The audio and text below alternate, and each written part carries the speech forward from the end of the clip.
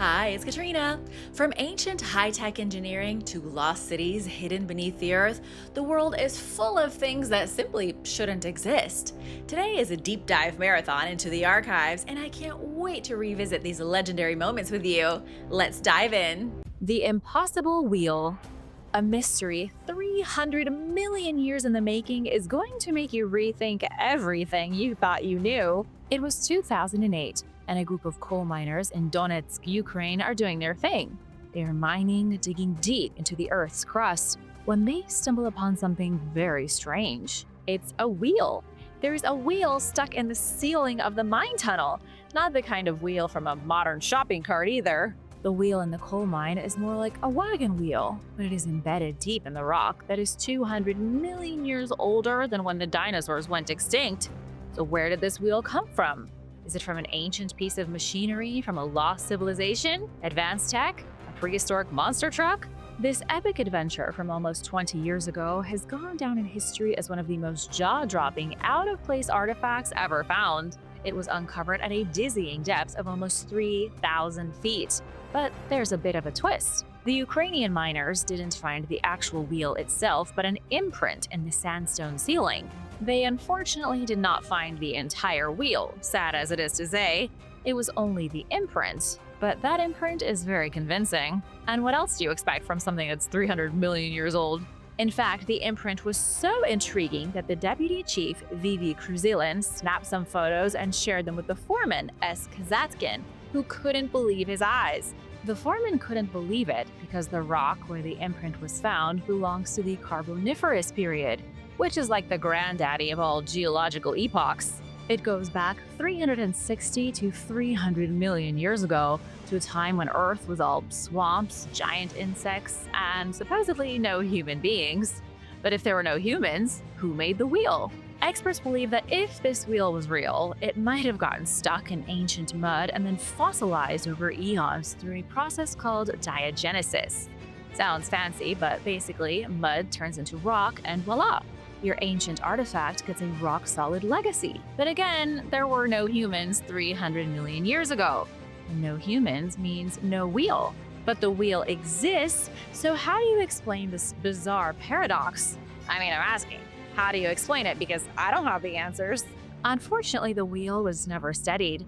According to the foreman I mentioned before, S. Kazatkin, the mine's owner at the time was more interested in profits than prehistoric mysteries, obviously. Despite the miners begging for scientists to investigate, the wheel got left behind when the mine closed in 2009. Now the site is flooded, and those fascinating imprints are out of reach. But hey, at least the photos still exist, right? Like this selfie with one of the miners. This is a real documented discovery, one I have a feeling you'll be puzzling over for a long time. Aliens, mastodons, and metal teeth. Is this strange object an alien artifact from a spaceship or a broken-off piece of an excavator's metal teeth? It seems like something that should be obvious, but just wait. The wedge of Aayud is an aluminum mystery object that's been turning heads since 1974. That was the year that workers in Aayud, Romania were digging away when they stumbled upon something bizarre. Alongside of mastodon bones buried 35 feet deep in sandy soil, they found a wedge-shaped aluminum object. The small piece of metal weighs 4 to 5 pounds. The object was acquired by the Museum of History of Transylvania, and you'd think such a museum would be filled with vampire oddities, but apparently not. They stored the aluminum wedge away like a forgotten holiday fruitcake that gets too hard to eat. Then, in 1995, a Romanian UFO magazine editor rediscovered the object. Why a UFO buff was poking around museum storage is another mystery. Research, perhaps? Or maybe it was a slow year for alien sightings in Transylvania. Scientific tests showed that the wedge is made of aluminum, which is a metal not produced in its pure form until the 19th century. But it was found alongside mastodon bones, right? So mastodons went extinct long before the 20th century. People started guessing that the origin of the object landed somewhere between aliens and time travelers. People wondered if Earth wasn't an intergalactic pit stop, like a gas station, or an alien ship lost a piece of its hull. How else to explain a block of aluminum that seems to be tens of thousands of years old? Let's hit pause on the weird theories for a second. Scientists stepped in with their party-pooping explanations, pointing out that the wedge looks suspiciously like a tooth from a modern excavator bucket. Facts and fantasy just can't get along. Metallurgical analysis revealed the wedge is made of 2000 series duralumin, a modern aluminum alloy known for being tough and rust-resistant. Now here's a fun fact: aluminum doesn't spark, making it a go-to for mining equipment in combustible environments. Romania had plenty of mining operations in the 19th and 20th centuries, so the theory checks out. As for the wedge's ancient look, that's courtesy of aluminum oxide, a fast-forming patina that can develop a white, chalky layer in no time under the right conditions. Throw in some salty or acidic soil, and a piece of modern metal suddenly looks like it's been hanging out with the dinosaurs. But then, how did the aluminum wedge get stuck among the bones of an extinct dino? Saying the object is from a modern piece of machinery doesn't explain the place where it was found, hence the reason why it's an out-of-place artifact. As you can see, there are still missing pieces of the puzzle. You might be thinking to yourself, surely someone carbon dated it, right? Right? Wrong. Aluminum can't be carbon dated. Nice try though. I like the way you think. And while there are ways to analyze patinas, those require detailed studies and, actual access to the artifact, which is currently MIA. In the end, all of us truth seekers are left with more questions than answers. Who buried the wedge of Aayud? Why was it with the bones? But the mystery is part of the fun. Let me know your thoughts in the comments. And now for a quick break, because I want to give a big shout out to Shibi Pio and Jay Hulwinski for supporting this channel. I'm so happy to be a part of your day. If you are new here, be sure to subscribe if you haven't already for more videos like this. Human fossils from the dinosaur age. How do you feel about a human fossil so old it could have attended a dinosaur prom 130 million years ago? In 2016, one phone call kicked off a wild tale of ancient bones, scientific drama, and more twists than a telenovela. And guess what? You're coming along for the ride. Ashley Cowie is a famous author of more than 2,000 articles on archaeology and science. In October 2015, he and his documentary crew found themselves climbing into the Colombian mountains en route to the home of Professor Jaime Gutierrez Lega. The professor's home wasn't your average cozy hillside getaway. This place was like Fort Knox, but with more historical bling. Professor Gutierrez, Colombia's top architectural and industrial designer, welcomed Ashley and his crew with open arms and an unlimited supply of enthusiasm for his private collection of pre-Columbian artifacts. The professor's house doubled as a treasure trove of ancient gods, warriors, burial urns, jewelry, and tools. It was every aspiring archaeologist's dream closet. In the center of it all stood the star of our story, a fossil. The fossil was riddled with seashells. It had long bones and what looked suspiciously like human hand joints. Professor Gutierrez pointed at them and said these are knuckles. He claimed the fossil on display in his home was that of a human hand from 130 million years ago. The problem is that no known human ancestors existed 130 million years ago. The earliest primates, which could be considered the most distant ancestors to humans, appeared around the time the dinosaurs went extinct, about 66 million years ago. It was like finding a smartphone in King Tut's tomb. Was this legit or just an ancient April Fool's joke? Professor Gutierrez said it was as legit as it gets, though not exactly in those words. The professor claimed he personally excavated the fossil in 1999, finding it nestled in Cretaceous rock near Bogota. He even had black and white photos of the excavation as evidence. But when pressed about scientific verification, the professor's story took a nosedive. Apparently, two scientists, Dr. Kent Hovind and Dr. Carl Bow, had examined the fossils. If those names don't ring a bell, let me enlighten you. Dr. Hovind is a young Earth creationist who once ran a Christian theme park and did prison time for tax-related crimes. Not exactly the most reliable source. Dr. Bow, meanwhile, believes that humans and dinosaurs coexisted because the Bible says so. Mainstream scientists don't think either of them are credible. Next, enter more reputable scientists, Dr. Peter Pritchard, Dr. Peter Malin, and Dr. Walter Joyce. They studied the fossil and confidently declared it wasn't a human hand at all, but a sea turtle flipper. Turns out, sea turtles and humans have some bone structure similarities, like the same number of phalanges in their fingers. But the smoking gun? Turtle flippers have circular, protruding, pisiform bones, unlike humans' oblong ones. So, with one look, the experts identified the turtle bones and the case was closed.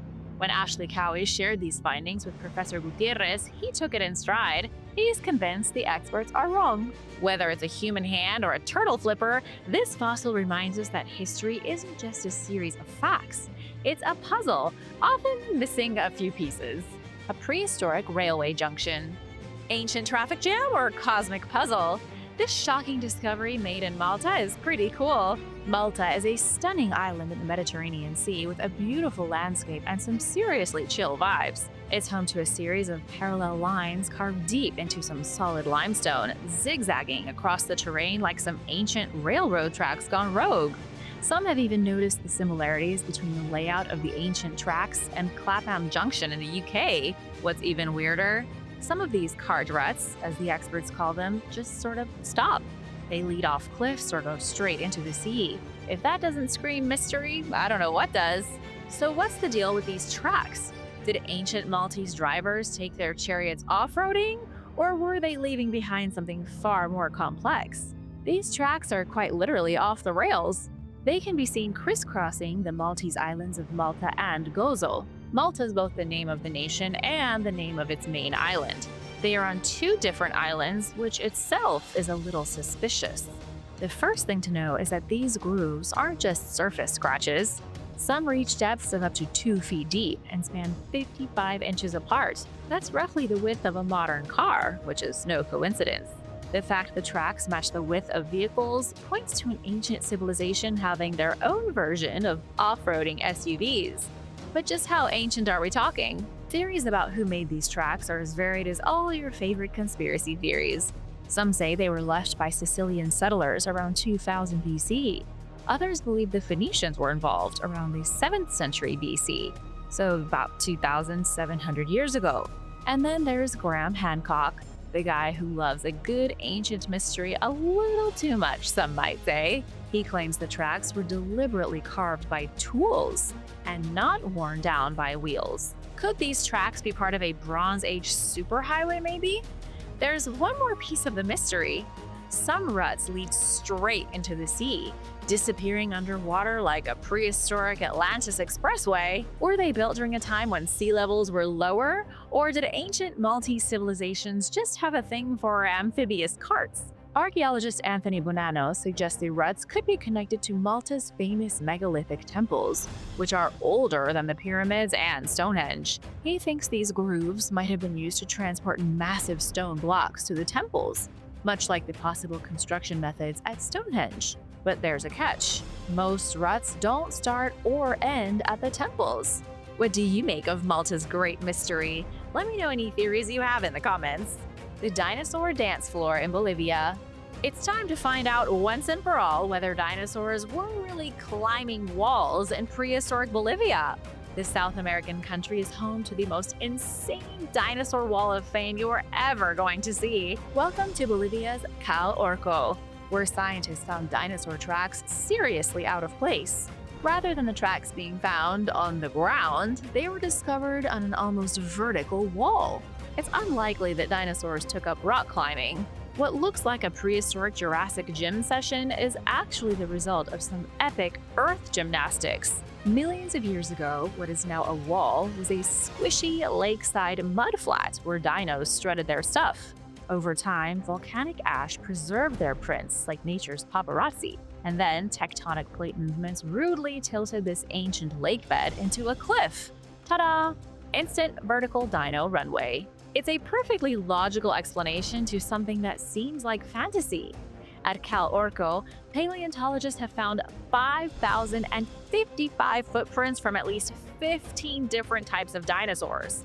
That's not an error. I'm talking T-Rexes, Ceratops, Titanosaurs. There was a lot going on here. and all of their footprints were found moving up a vertical wall, found not by scientists poking around with brushes and shovels, but by workers at Fancesa, Bolivia's national cement company, in 1985. Fast forward to 1994, mining revealed the full extent of the wall, turning the whole thing into a paleontological gold mine. It's out of place because it seems like the dinosaurs were trying to do Spider-Man impressions, but it's just a trick of the earth. So if you're ever in Bolivia, be sure to check out the Dinosaur Wall. The tracks are about 68 million years old. The gateway to paradise and beyond. On a lush tropical island in Tonga is a massive stone doorway that might lead to another dimension. It stands out like a sore thumb in what is basically paradise. The doorway, or gateway if you prefer, has suspicious connections to ancient civilizations. It's called the Ha'amonga a Maui. It's a megalithic trilithon with a name that translates to the burden of Maui. This ancient structure isn't your average DIY project. Tonga is a Polynesian wonderland of nearly 200 islands scattered over 270,000 square miles in the South Pacific. It's a slice of heaven, but also remote and mysterious. The first settlers, the Lapita people, showed up here around 1500 BC, bringing with them their pottery, navigational genius, and knack for picking prime real estate. Imagine hopping between islands with no Google Maps, or no paper maps. Talk about advanced knowledge. The island of Tongatapu, where this strange stone structure can be found, was the epicenter of Tonga's ancient civilization. Their capital, Mua, sounds like something straight out of a myth. The Ha'amonga a Maui is like Stonehenge's cooler tropical cousin. Standing about 17 feet tall, the trilithon is made of 3 coral limestone slabs, each weighing up to 40 tons each. That's the weight of a school bus times 3. So how did the Lapita people build this thing? 40 tons is simply too heavy of a weight for ancient islanders to move around. They didn't exactly have cranes handy. Legend has it the Maui demigods were the ones who built the stone gateway. Why? Because regular mortals would have probably thrown their backs out trying to lift those stones. The story goes that the Maui demigods lugged the coral behemoths on a giant canoe to the island and built them. Mainstream historians say the Ha'amonga a Maui was built around 1200 AD by King Tui Tatui as a grand entrance to his royal compound. Some even say it symbolized brotherly love among the king's sons. Sweet, but less exciting than the Maui demigods hauling rocks. Could the Polynesian islanders have realistically moved such heavy stones 800 years ago? Or is the gateway a leftover piece of technology from a lost civilization? There's one other possibility that might explain this enigma. In 1967, King Taufa Ahau Tupu IV of Tonga proposed that the Ha'amonga a Maui had astronomical significance. Are you following me? These names are a bit tricky. Supposedly, it lines up with the solstices and equinoxes, acting like a giant solar calendar. Imagine using a 40-ton stone structure to tell you when to plant your crops or set sail. The king pointed out notches on the top stone, marking the longest and shortest days of the year. Plus, 3 visible pathways align with the sun's movements. No one really knows why the Ha'amonga Maui was built or how old it is. Sure, it could be from 1200 AD, but skeptics argue it could be much older, like other prehistoric trilithons around the world. Before you visit, you should know that the Ha'amonga a Maui Historic Park has been on UNESCO's tentative list since 2007. It's not officially a World Heritage Site yet, but hey, that means you should probably visit it now before it gets insta-famous. The Kingdoms of the Crystal Skulls. What's the real story behind the legendary crystal skulls? They were cool enough to include in an Indiana Jones movie, so we definitely need to know more. Once upon a time, in the mid-19th century, Europe was obsessed with ancient cultures. Even more obsessed than they are today. Like, way more obsessed. Some crafty folks in Germany, in a town called Idar Oberstein, thought they might cash in on the craze. They made skulls out of quartz and passed them off as ancient artifacts. Does that mean the Aztec crystal skulls weren't made by the Aztecs? Does it mean they don't hold mystical powers or nanotechnology containing alien secrets? Let's travel back in time to Paris, 1881. Ooh la la! French antiquities dealer Eugène Bourbon who probably twirled his mustache, tried to sell a crystal skull as an Aztec artifact, but Mexico's National Museum wasn't buying it, literally and figuratively. The skull landed in the hands of Tiffany & Co., who sold it to the British Museum in 1897. The British Museum determined that the artifact was cool, but definitely not ancient. It was made of quartz from Brazil or Madagascar, two places that Mesoamericans hadn't been to. There was no way the quartz skull was Aztec. The British Museum skull is only one of many, though. There's also the infamous Mitchell-Hedges skull, which comes with more twists than a pretzel factory. Allegedly discovered in Belize in 1924 by Anna Mitchell-Hedges, this skull supposedly had mystical powers. It was allegedly ancient, yet the skull was carved with modern tools like rotary drills. Your dentist could have made something similar with tools in his dreaded room of torture. Okay, maybe not quite that easily, but you get the point. Anna said she found the skull buried beneath a collapsed altar in Lubantun, but she alone recorded it. No one saw Anna find the skull, and nobody at Lubantun ever saw the skull at the dig site.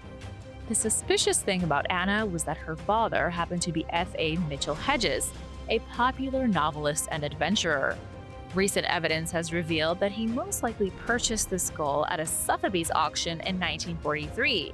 Then, his daughter used the thing to try and make herself seem like the queen of the archaeologists. But this doesn't necessarily mean the skull isn't a real mystical object. Where it came from before the Sotheby's auction is unknown. Art restorer Frank Dorland claimed that when he inspected the treasure, he found no scratch marks that would have been made by primitive technology. He did find mechanical grinding on the teeth, though. Frank Dorland claimed the skull could be 12,000 years old. Some believe its crystal composition can heal diseases, cause visions, or predict the future. Anna claimed the skull helped her foresee the JFK assassination. Wait, Anna saw the assassination and didn't warn anyone? There are even more amazing claims involving the skulls. Claims of Atlantis, aliens, and the Maya calendar's 2012 apocalypse predictions. Apparently reuniting 13 mystical skulls would stop the end of the world, but the end of the world never came. There are skulls all over the place. The confusing part is that some seem like they might be real, but others are obviously fakes from Germany. There's so much forgery going on that no one knows which skulls might be examples of real prehistoric technology. In 2008, scientists got serious. Using electron microscopes and X-ray crystallography, they confirmed the skulls were made with modern abrasives like diamond-coated tools or silicon carbide.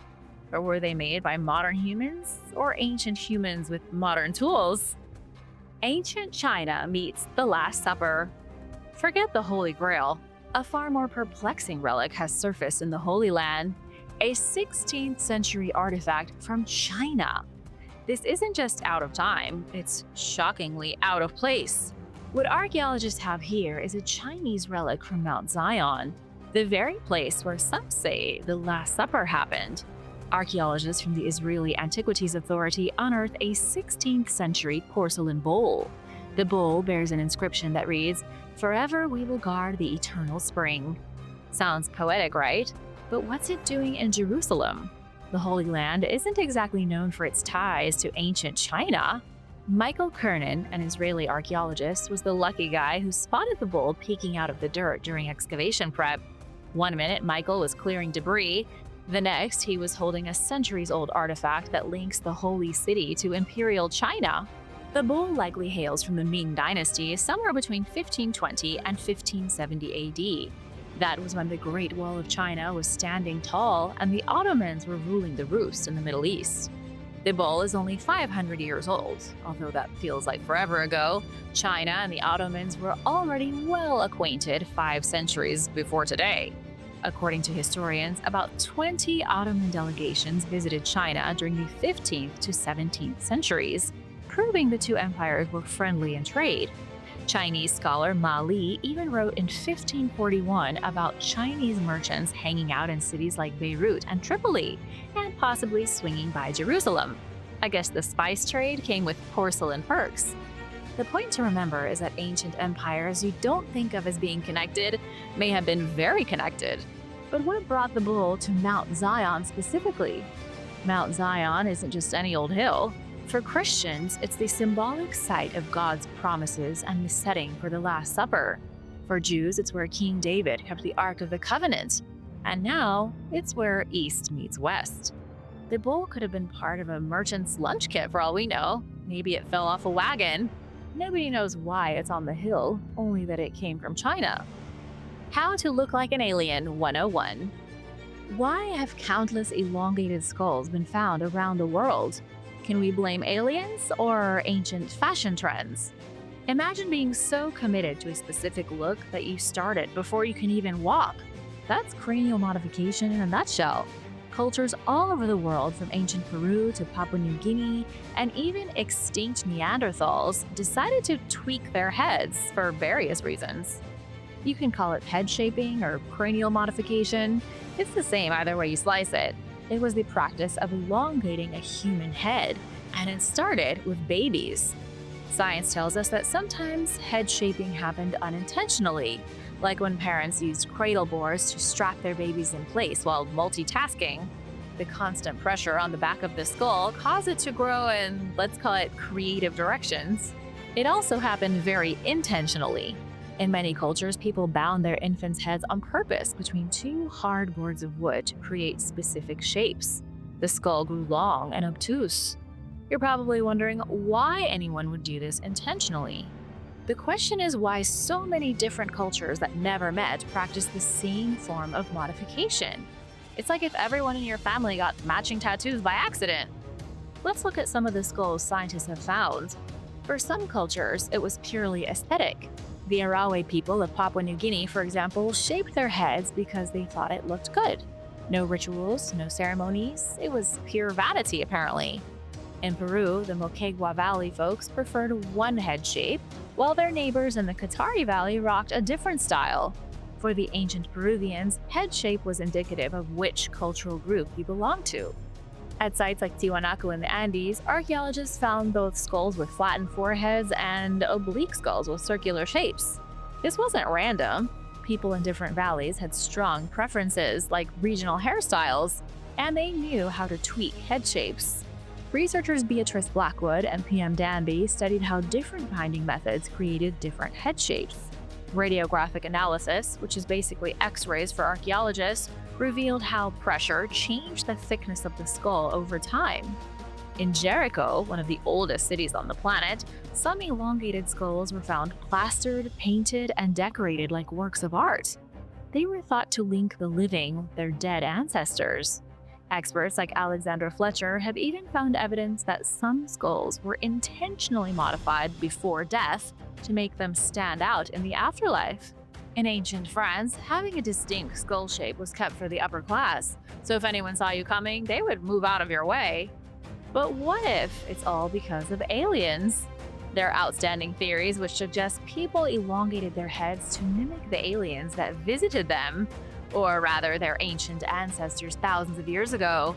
They didn't come up with these stylish skulls on their own. If you are an ancient alien enthusiast, you've heard this theory before. Human beings may have just been copying aliens. 300-million-year-old machines. Earlier, I told you about a wheel stuck in rock for 300 million years, found in Ukraine. Discovered in neighboring Russia was a machine part the exact same age.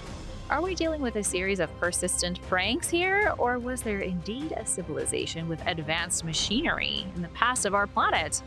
Meet Dmitry, a resident of Vladivostok, Russia.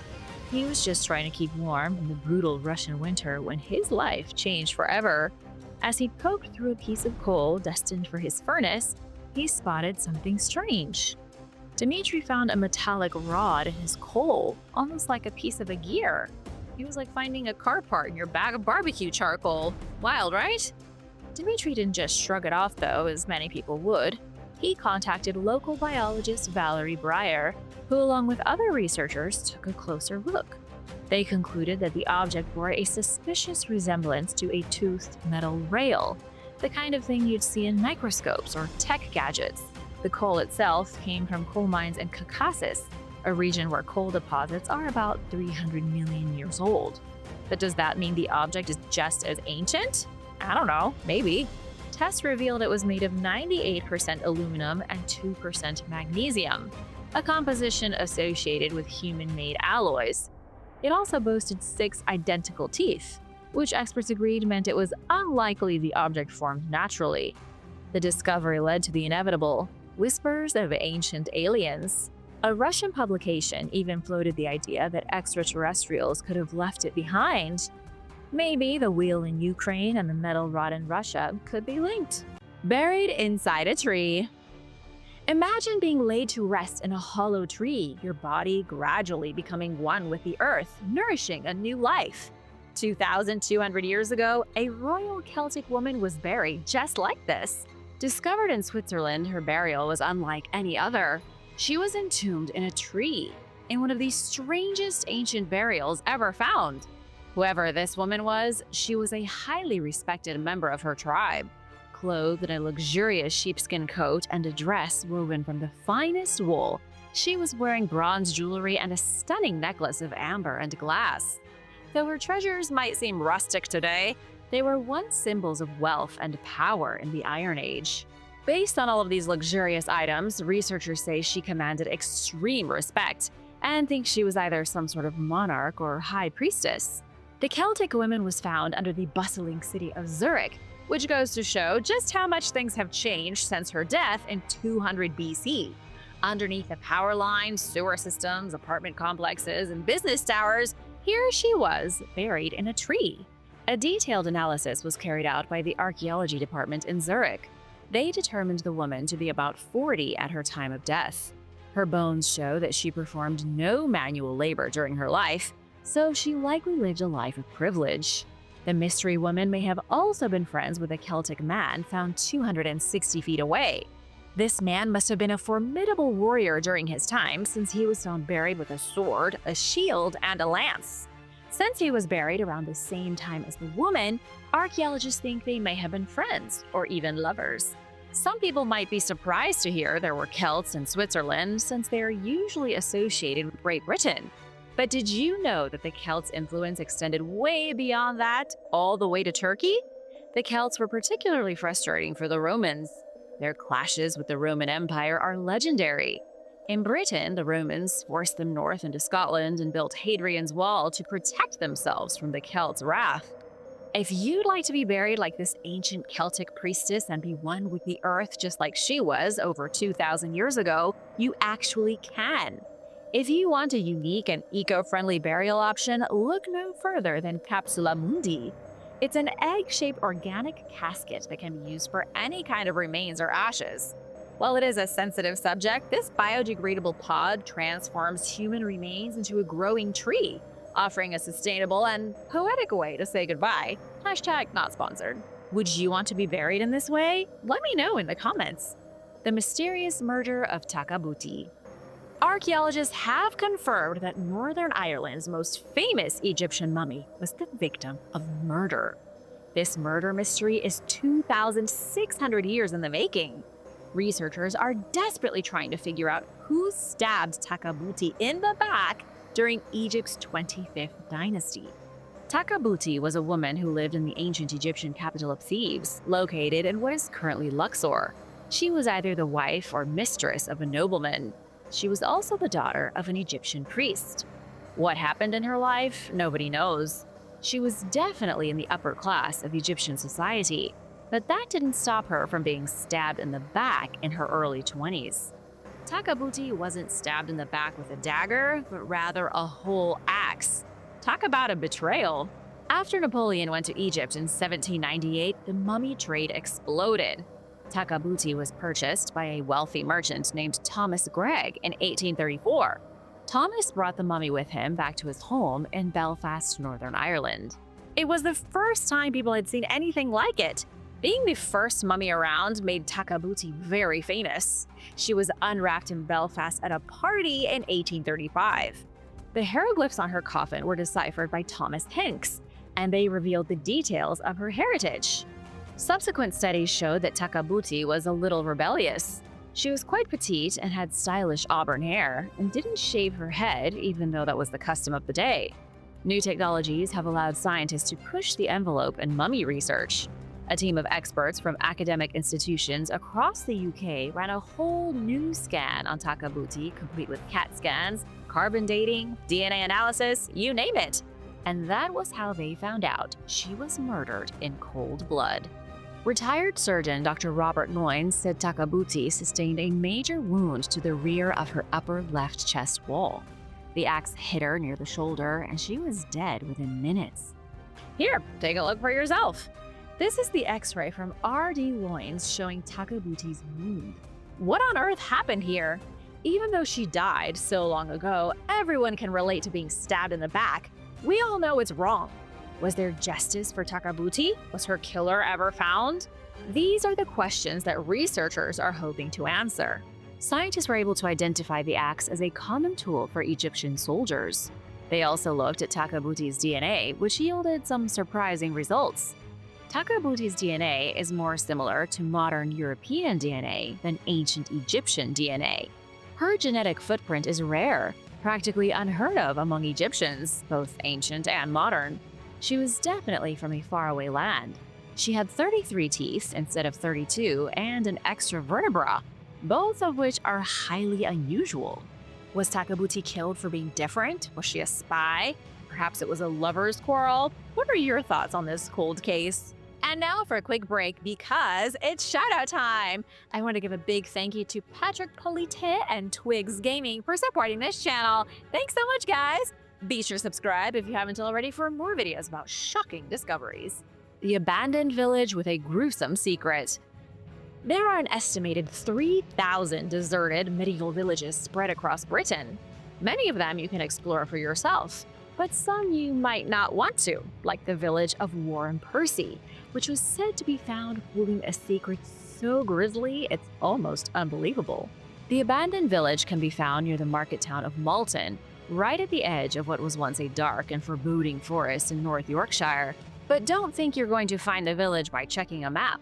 Modern maps don't show any trace of it. Only when you enter Warren Percy do you realize you're actually there. According to English Heritage, Warren Percy was once a bustling community, but not anymore. Everyone mysteriously disappeared in the 16th century, leaving behind a haunting legacy. Something bad happened here, and what archaeologists found has captivated the world. There is a church still standing in the village, although it is in pretty bad shape. The roof is gone and the walls are in the midst of collapsing. There are 2 manor houses, a pair of mills, and about 40 houses, all in various states of ruin. Researchers discovered a pit filled with the skeletal remains of more than 100 individuals. A closer examination revealed a horrifying truth. These people had been dismembered, decapitated, and even burned. Knife marks were found on 137 bones at Warren Percy. This was the beginning of a terrifying revelation.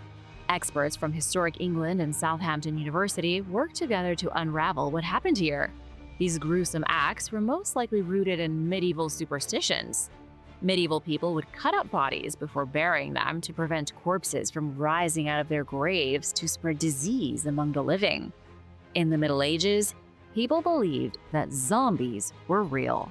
It must have been extremely scary here, since this level of desecration has rarely been seen before. Simon Mays from Historic England said Warren Percy is a reminder of just how dark medieval beliefs could be. The village's haunting past offers a glimpse into a time when fear of the unknown could lead to extreme measures. The Doomsday Serpent. I hope you've had a great life because the apocalypse is right around the corner. Last weekend, a massive oarfish washed up off the coast of San Diego. This is never a good sign. A washed-up oarfish is always a harbinger of doom. This creature being seen at the surface is a surefire sign that something bad is about to happen, since they always tend to appear right before an earthquake or a tsunami. If you've never heard of an oarfish before, you're in for a treat. These enormous longfish look just like mythical serpents. There is nothing alive in this world today that looks more like a Chinese dragon or a Gyarados than an oarfish. They are considered the longest bony fish in the world, but we rarely see them since they are more at home in the very deep sea. Legend has it that oarfish, also known as king of herrings, can feel when an earthquake is coming. And although the Scripps Institution of Oceanography said no scientific correlation has ever been proven, plenty of people believe it to be true, especially in Asia. Right before Japan's earthquake in 2011, which turned into one of the worst natural disasters in living memory, oarfish began to appear. It was one of the most powerful earthquakes ever recorded by humans. Lo and behold, 20 oarfish were discovered on beaches up and down Japan in the weeks and months prior. It was as if the oarfish could feel the earth rumbling deep in the ocean. Months before the earthquake happened, oarfish were warning us. The Japanese believed them to be messengers from the sea god's palace. The oarfish found in California in August 2024 was about 12 feet long, and that's only around half of their maximum length. Many oarfish grow to over 20 feet long. This one was found by a group of snorkelers and kayakers in La Jolla Cove near downtown San Diego. It's a pretty big shock because up until now, hardly more than 24 oarfish have ever been seen in California. That's less than 20 since 1901. The reason they are so hard to spot is that they live in the twilight zone of the ocean. This deep, dark realm has forced them to adapt in extraordinary ways. They have silvery skin, which acts like a mirror, reflecting the surrounding darkness and making them virtually invisible.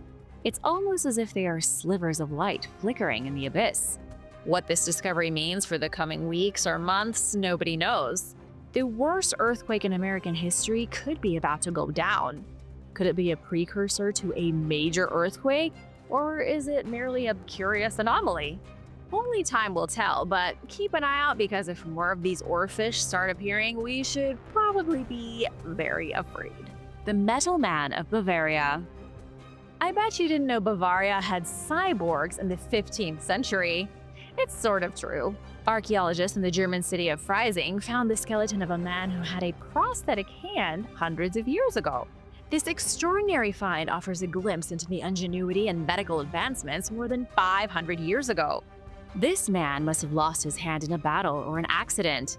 Researchers think the man had his hand and fingers amputated. To replace it, he received a remarkably well-crafted iron prosthesis. Here's a picture of it from the Bavarian State Office for Monument Preservation. It's not in great shape, clearly, stuck in a rusted lump, but if you look closely, you can see the individual iron fingers still visible. The iron hand was found partly by accident. Workers were digging up a pipeline when they came across the man's skeleton. He was buried near the boneyard of an old church between 1450 and 1620. He was around 40 years old at his time of death, which wasn't terrible for the Middle Ages. The truly remarkable thing is that doctors in medieval times were capable of creating functional prosthetics. There was already work going on to make life easier for amputees. There are now 50 different prostheses that have been found in Europe from around the Middle Ages. While the term cyborg might seem out of place for this era, the man's iron hand was a remarkable feat of engineering. It might seem primitive now, but covered in leather and strapped to his stump, it would have allowed him to perform basic tasks and help him do things that would have been impossible without it. This remarkable find challenges our perceptions of medieval technology and medicine, revealing a level of sophistication that was previously thought to be far ahead of its time. While some people were desecrating cemeteries hoping people didn't rise from the dead to bite them, others were making advanced iron prosthetics. Our best friend's bones. Dogs have been humans' best friend for the last 15,000 years. A team of scientists from the University of Western Australia recently completed a study analyzing dog remains that were found at a burial site in Saudi Arabia. The bones are now the earliest evidence of dog domestication in the Arabian Peninsula. Finding canine bones in the middle of the Arabian desert from 4000 BC was a huge surprise.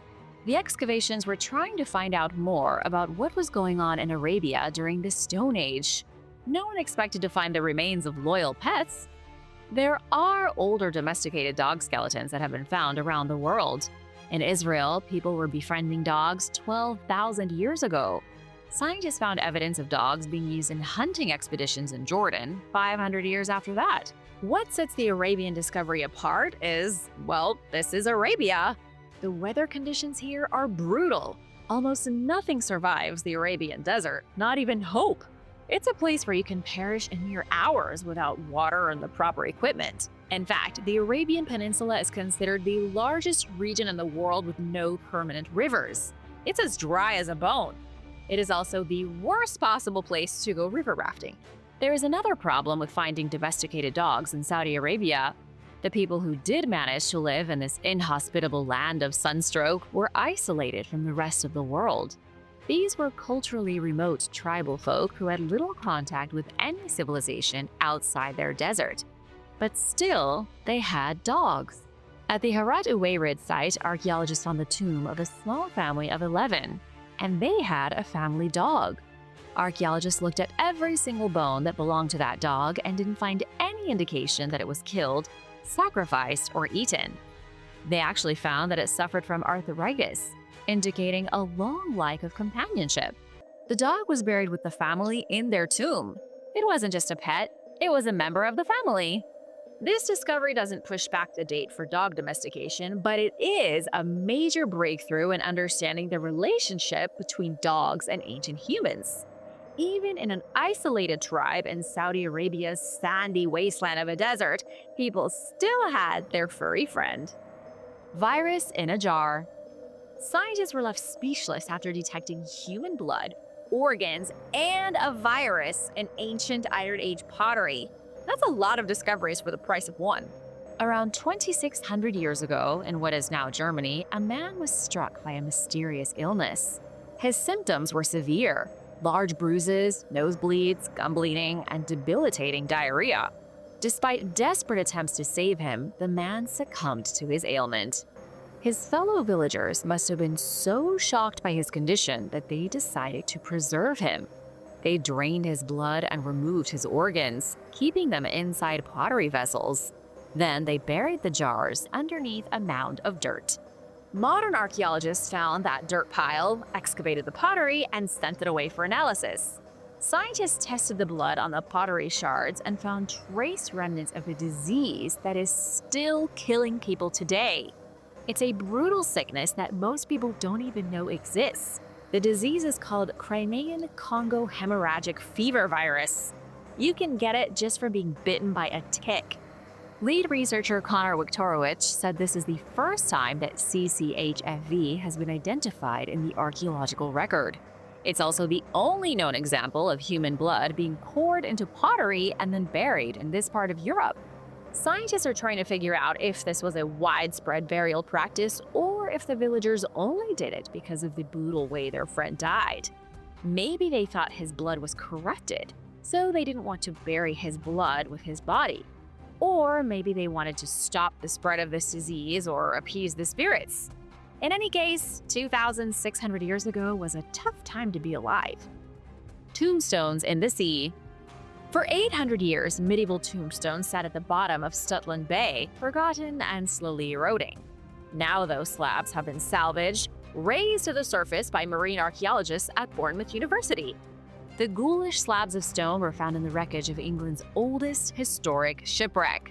Being the oldest shipwreck is a big title. Researchers say the boat sank off the coast of Dorset when Henry III was still King of England.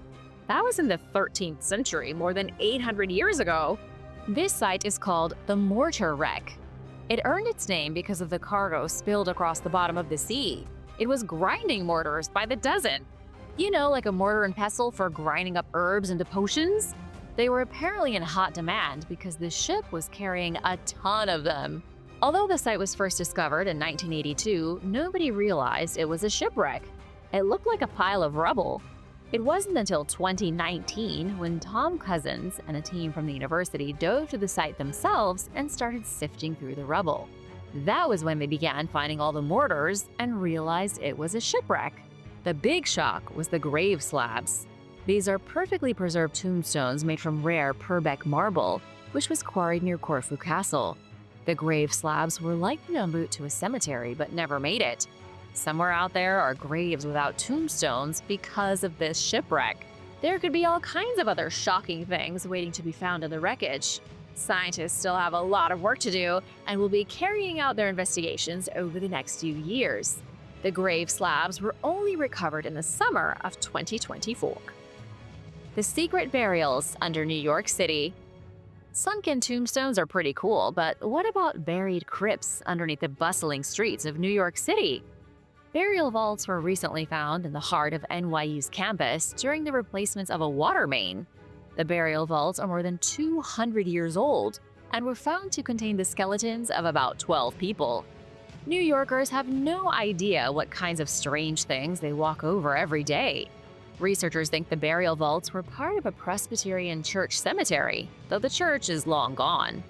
One of the crypts was heavily disturbed. It had already been ransacked and the skeletons pushed around. The heavily decayed corpses of almost a dozen people were shoved into a corner of the crypt. More than a dozen wooden coffins were stacked up like boxes on moving day. The main researcher of the crypts was Chrysalis Alyssa Luria, who said you never know what you can find beneath the city's streets. Boy, is that right.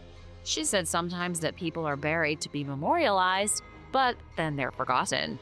Scientists have already taken photographs of the coffin plates, hoping to identify the buried. But the dead won't be going anywhere. New York City has a strict policy about leaving burial grounds undisturbed. Project engineers were forced to plan a new route for their water main and seal the crypts back up.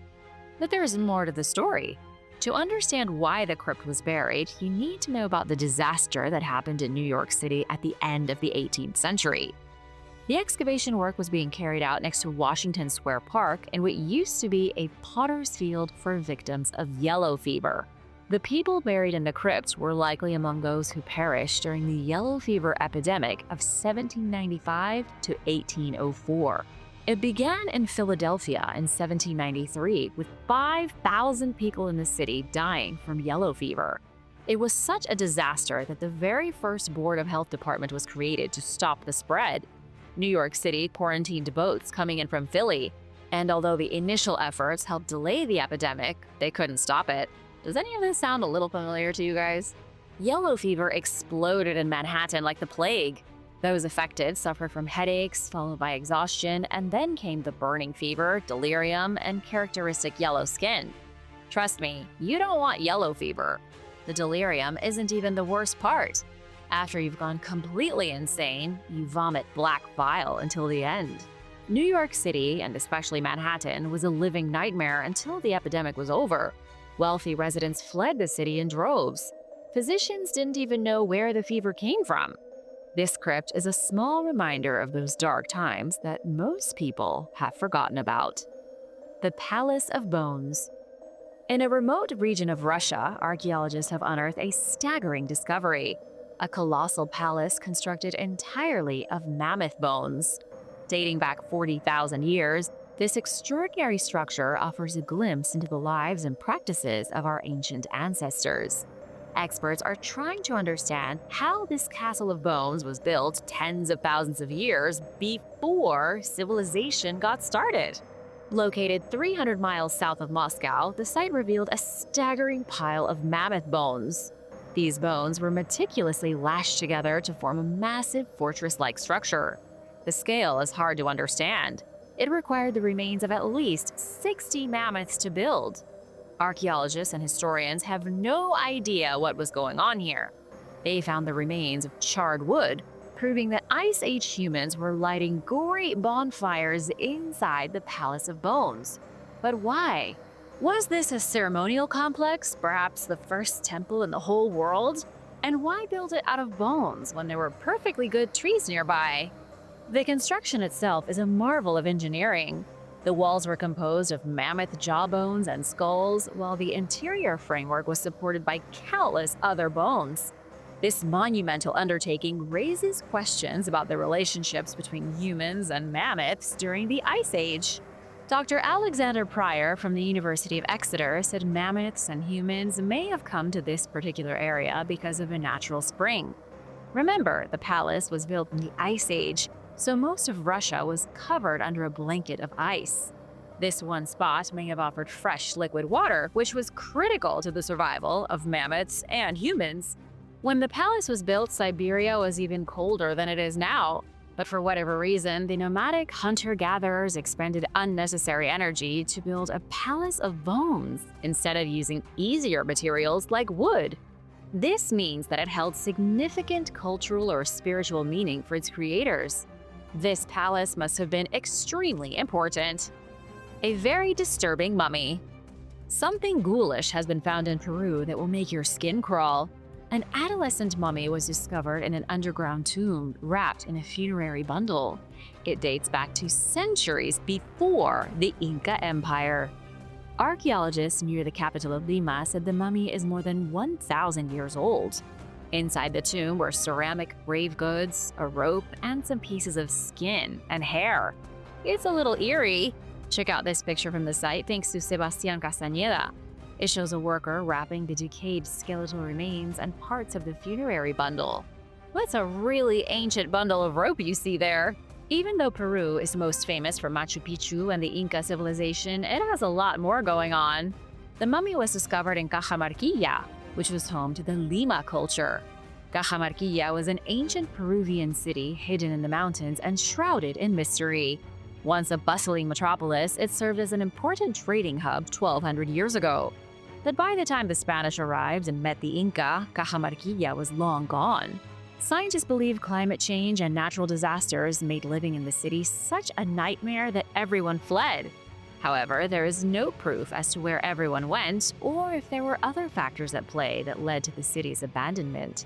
The city's ruins offer a glimpse into its past, with temple pyramids, boulevards, and vast cemeteries revealing the intricate details of its society. In recent years, archaeologists have made startling discoveries within these ancient burial grounds.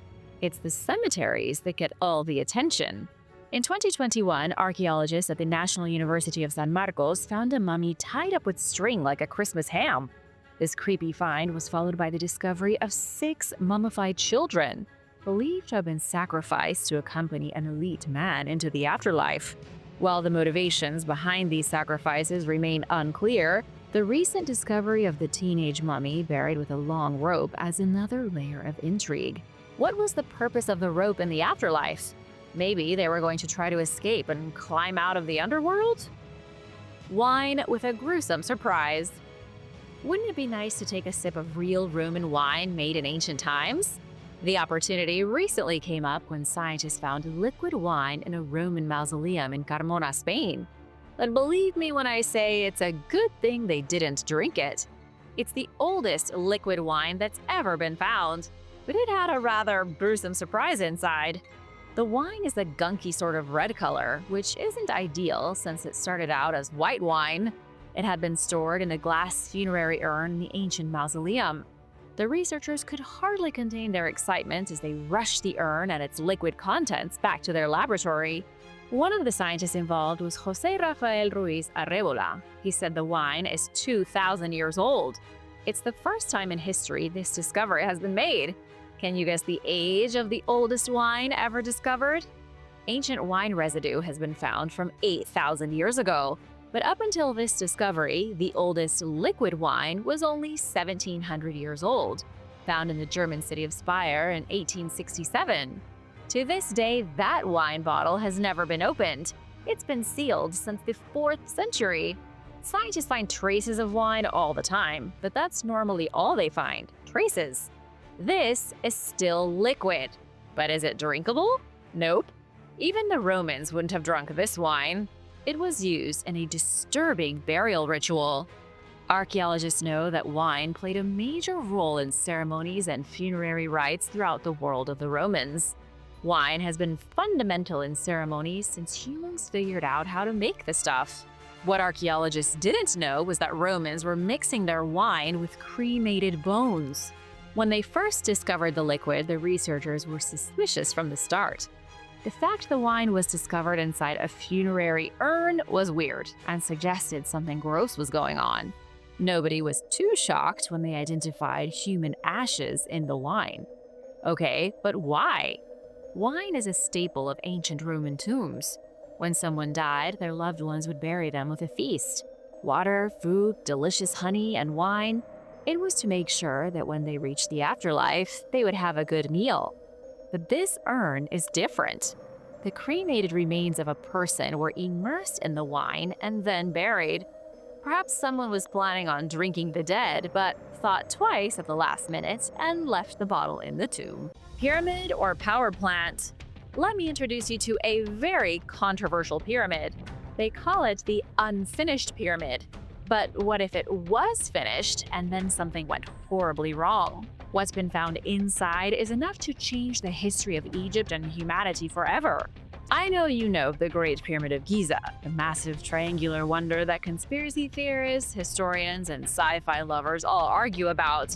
But did you know that just a short distance away, hidden in plain sight, there is another pyramid that is even more baffling? Meet the unfinished, or possibly obliterated, North Pyramid of Zayed el-Aryan, built between 2613 and 2494 BC. Mainstream archaeologists like to call it the unfinished pyramid, but what if it was actually finished and then destroyed? There is a belief that the Zayed el-Aryan pyramid wasn't just another tomb for some nameless pharaoh.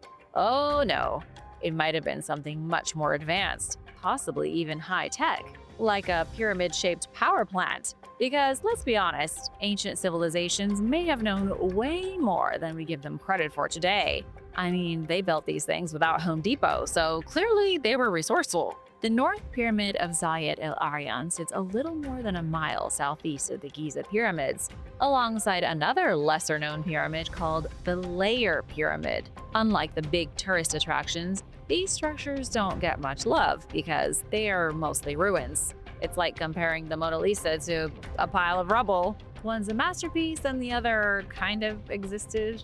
Alessandro Barsanti was an Italian archaeologist who started digging here back in 1904. He found some pretty weird stuff, things that didn't quite match the just another burial site theory. Among his findings was a giant underground chamber and, most amazingly, a polished granite bathtub-like structure. Sounds luxurious, right? Who doesn't want a nice sudsy bath in their eternal death chamber? But hold on, this wasn't a royal jacuzzi. This so-called bathtub was a perfectly oval granite vat, carved directly into the bedrock, polished to mirror-like perfection. Not your everyday tomb decor. This thing was sealed airtight with a fitted granite lid, almost as if it was meant to contain something powerful or dangerous. Imagine the pressure. Honey, did you remember to seal the granite vat of potentially volatile ancient energy? Oops. Some researchers have pointed out that this bathtub strongly resembles the giant stone boxes of Serapeum, another mysterious Egyptian site filled with a massive, precision-cut granite chest that modern technology still can't replicate. So what was it for? Some theories suggest it may have been used for liquids or gases, perhaps as part of an energy system. And speaking of energy, most researchers will tell you pyramids were built for pharaohs to chill in the afterlife. And while it's true that the biggest pyramids, like those at Giza, don't have royal mummies, probably because they were stolen thousands of years ago, that doesn't mean that no bodies have been found in the pyramids. In fact, some have yielded human remains, though often not in the grand sarcophagi. You'd think that if these were tombs, at least one pharaoh would still be hanging around, right? But many kings and nobles were buried somewhere else, mostly in the Valley of the Kings. This has led some researchers to suggest that pyramids, including the one at Zayed el-Aryan, were in fact technological structures, possibly power generators. Apparently, there is some science to back it up. For example, underground water channels beneath the pyramids may have created electricity through sound vibrations and electromagnetic energy. The pyramid's shape and materials may have amplified cosmic energy, an idea that Nikola Tesla himself had before his untimely demise. The mysterious granite vat at Zayed el-Aryan may have played a role in this energy system, perhaps containing reactive substances. Does all this sound crazy? Maybe, but let's not forget that mainstream science once laughed at the idea of black holes and quantum entanglement. Now they're in textbooks. Here's where things get even weirder. Since 1964, the entire pyramid site has been inside a restricted military zone. Off limits, no digging, and no exploring. Why? Maybe the Egyptian government doesn't want people messing with ancient alien technology. Maybe there's something underground they don't want us to find. Or maybe it's all just a coincidence. Adding fuel to the fire, nearby pyramids like the Bent Pyramid of Dashur show signs of explosions, as if something inside them went terribly wrong. Could the North Pyramid of Zayed el-Aryan have suffered the same fate? Some sort of Chernobyl disaster of 3000 BC? What do you think? Are we looking at an unfinished tomb, a destroyed power plant, or something even wilder? Let me know your thoughts in the comments because this mystery is far from over. A nuclear civilization 2 billion years ago. Nuclear energy was being produced on this planet 2 billion years ago. Scientists are struggling to understand whether it was Mother Nature pumping out the radiation or a secret society that existed over a billion years before the dinosaurs. In 1972, a scientist at a French nuclear processing plant was conducting a routine uranium analysis, the kind of task that is supposed to be boring and predictable. But something wasn't adding up. The uranium sample, which came from a mine in Oklo, Gabon, was just slightly off. The math wasn't mathin'. To the untrained eye, it was an insignificant detail, a fraction of a percent missing from the expected amount of uranium-235, the isotope that fuels nuclear reactions. But to the experts, that tiny discrepancy set off alarm bells, because somewhere, somehow, 440 pounds of uranium-235 had vanished. To put that into perspective, it's enough uranium to build half a dozen nuclear bombs and make fallout a reality. But here's the real shocker. The uranium wasn't missing. It had already been used. As scientists dug deeper into the Oklo uranium deposit, they stumbled upon a discovery so mind-blowing that it defied everything they thought they knew about nuclear science. The mine itself showed signs of a controlled nuclear chain reaction, one that had been running 1.8 billion years ago. That's like finding a working iPhone in the Stone Age. This nuclear reaction didn't just occur for a few minutes, not even just for a few days. It went on and on for at least 500,000 years. So how is that even possible? Who or what built this reactor? Scientists quickly labeled it a natural nuclear reactor. Conspiracy theory enthusiasts or ancient astronaut theorists would say, don't think for a second our mainstream science buddies are going to give into the idea of an ancient nuclear civilization. They would rather believe a rock did it all by itself. The idea was that under perfect conditions, a natural deposit of uranium-235 could have spontaneously ignited a self-sustaining fission reaction. But here's the thing. The more the scientists investigated, the less natural it all seemed, and the harder it was to dismiss the reactor as a product of Mother Nature. Perhaps the biggest mystery of all, though, is how the reaction started in the first place.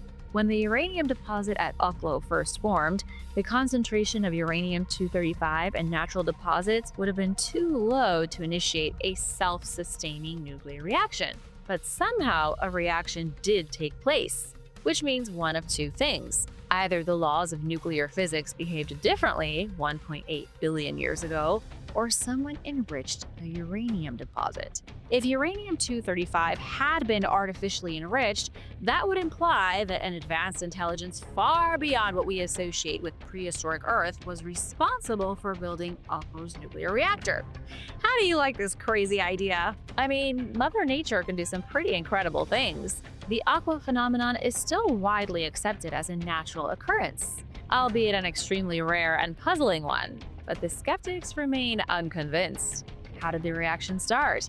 How did it remain stable for so long? And how did nature design something that modern engineers still struggle to perfect? We may never have all the answers, but one thing is clear: the Oklo reactor isn't just a scientific anomaly, it is a window into a past that we barely understand. And now for a quick break because it's shoutout time! I want to give a big thank you to It's Alia Renee and Jen Rules for supporting this channel. We wouldn't be here without you guys. Be sure to subscribe if you haven't already for more videos like this. Who are the shadow people? Have you ever seen something move from the corner of your eye, but when you turn your head, there's nothing there?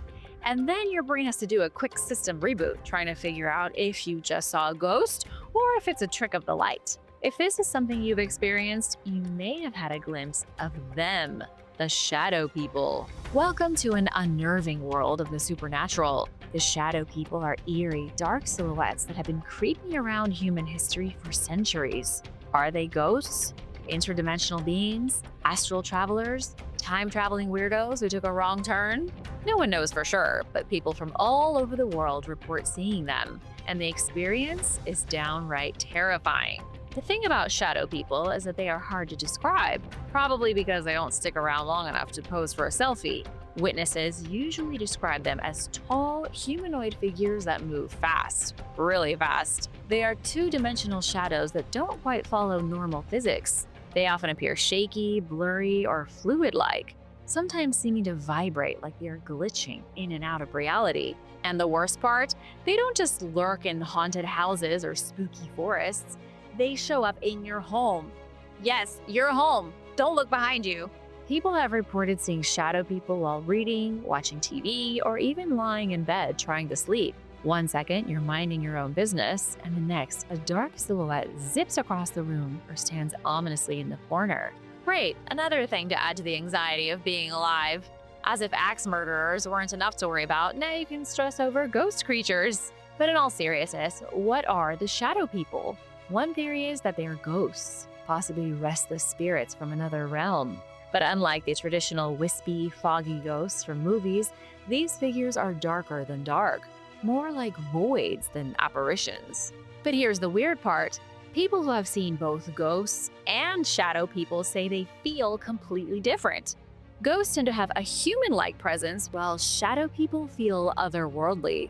Another possibility is that shadow people are beings from another dimension, accidentally phasing into our world. Kind of like when your Wi-Fi glitches, but instead of buffering a video, reality starts buffering people from another plane of existence. That's kind of creepy. To think we are living close enough to another reality that people can buffer into our realm is some deep Matrix-level sci-fi. But maybe shadow people are humans from the future, using advanced tech to observe us. Although I don't know why, I don't know if we're really that interesting. Maybe their invisibility cloaks aren't as foolproof as they thought, and every now and then they accidentally glitch into view for a split second before vanishing again. According to Jerry Gross, an expert in astral projection, when humans sleep, our spirits leave our bodies and explore the universe. Some believe that shadow people are astral travelers, people who are out of body and unknowingly creeping into someone else's reality. Have you ever seen a shadow person? If so, let us know your experience in the comments. I really want to hear your story. The Spear of Impossible Truths. Not all mysteries begin with flashing lights in the sky or cryptic signals from space.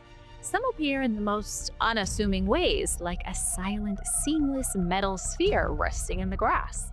In 1974, the Betts family stumbled upon just such an object on their Florida property. At first, it seemed like a lost piece of machinery or an old cannonball, but soon the sphere began to move on its own. It vibrated in response to music and even appeared to follow people around the house like a puppy. Maybe this thing was an alien version of a robo-dog. The U.S. Navy, scientists, and even renowned UFO investigator J. Allen Hynek attempted to uncover its origins. Hynek was up to his neck in the paranormal. Some dismissed the orb as an industrial part, and others believed it was something far more mysterious. Then it vanished. 50 years later, the Betts sphere remains one of the strangest unsolved cases in UFO lore.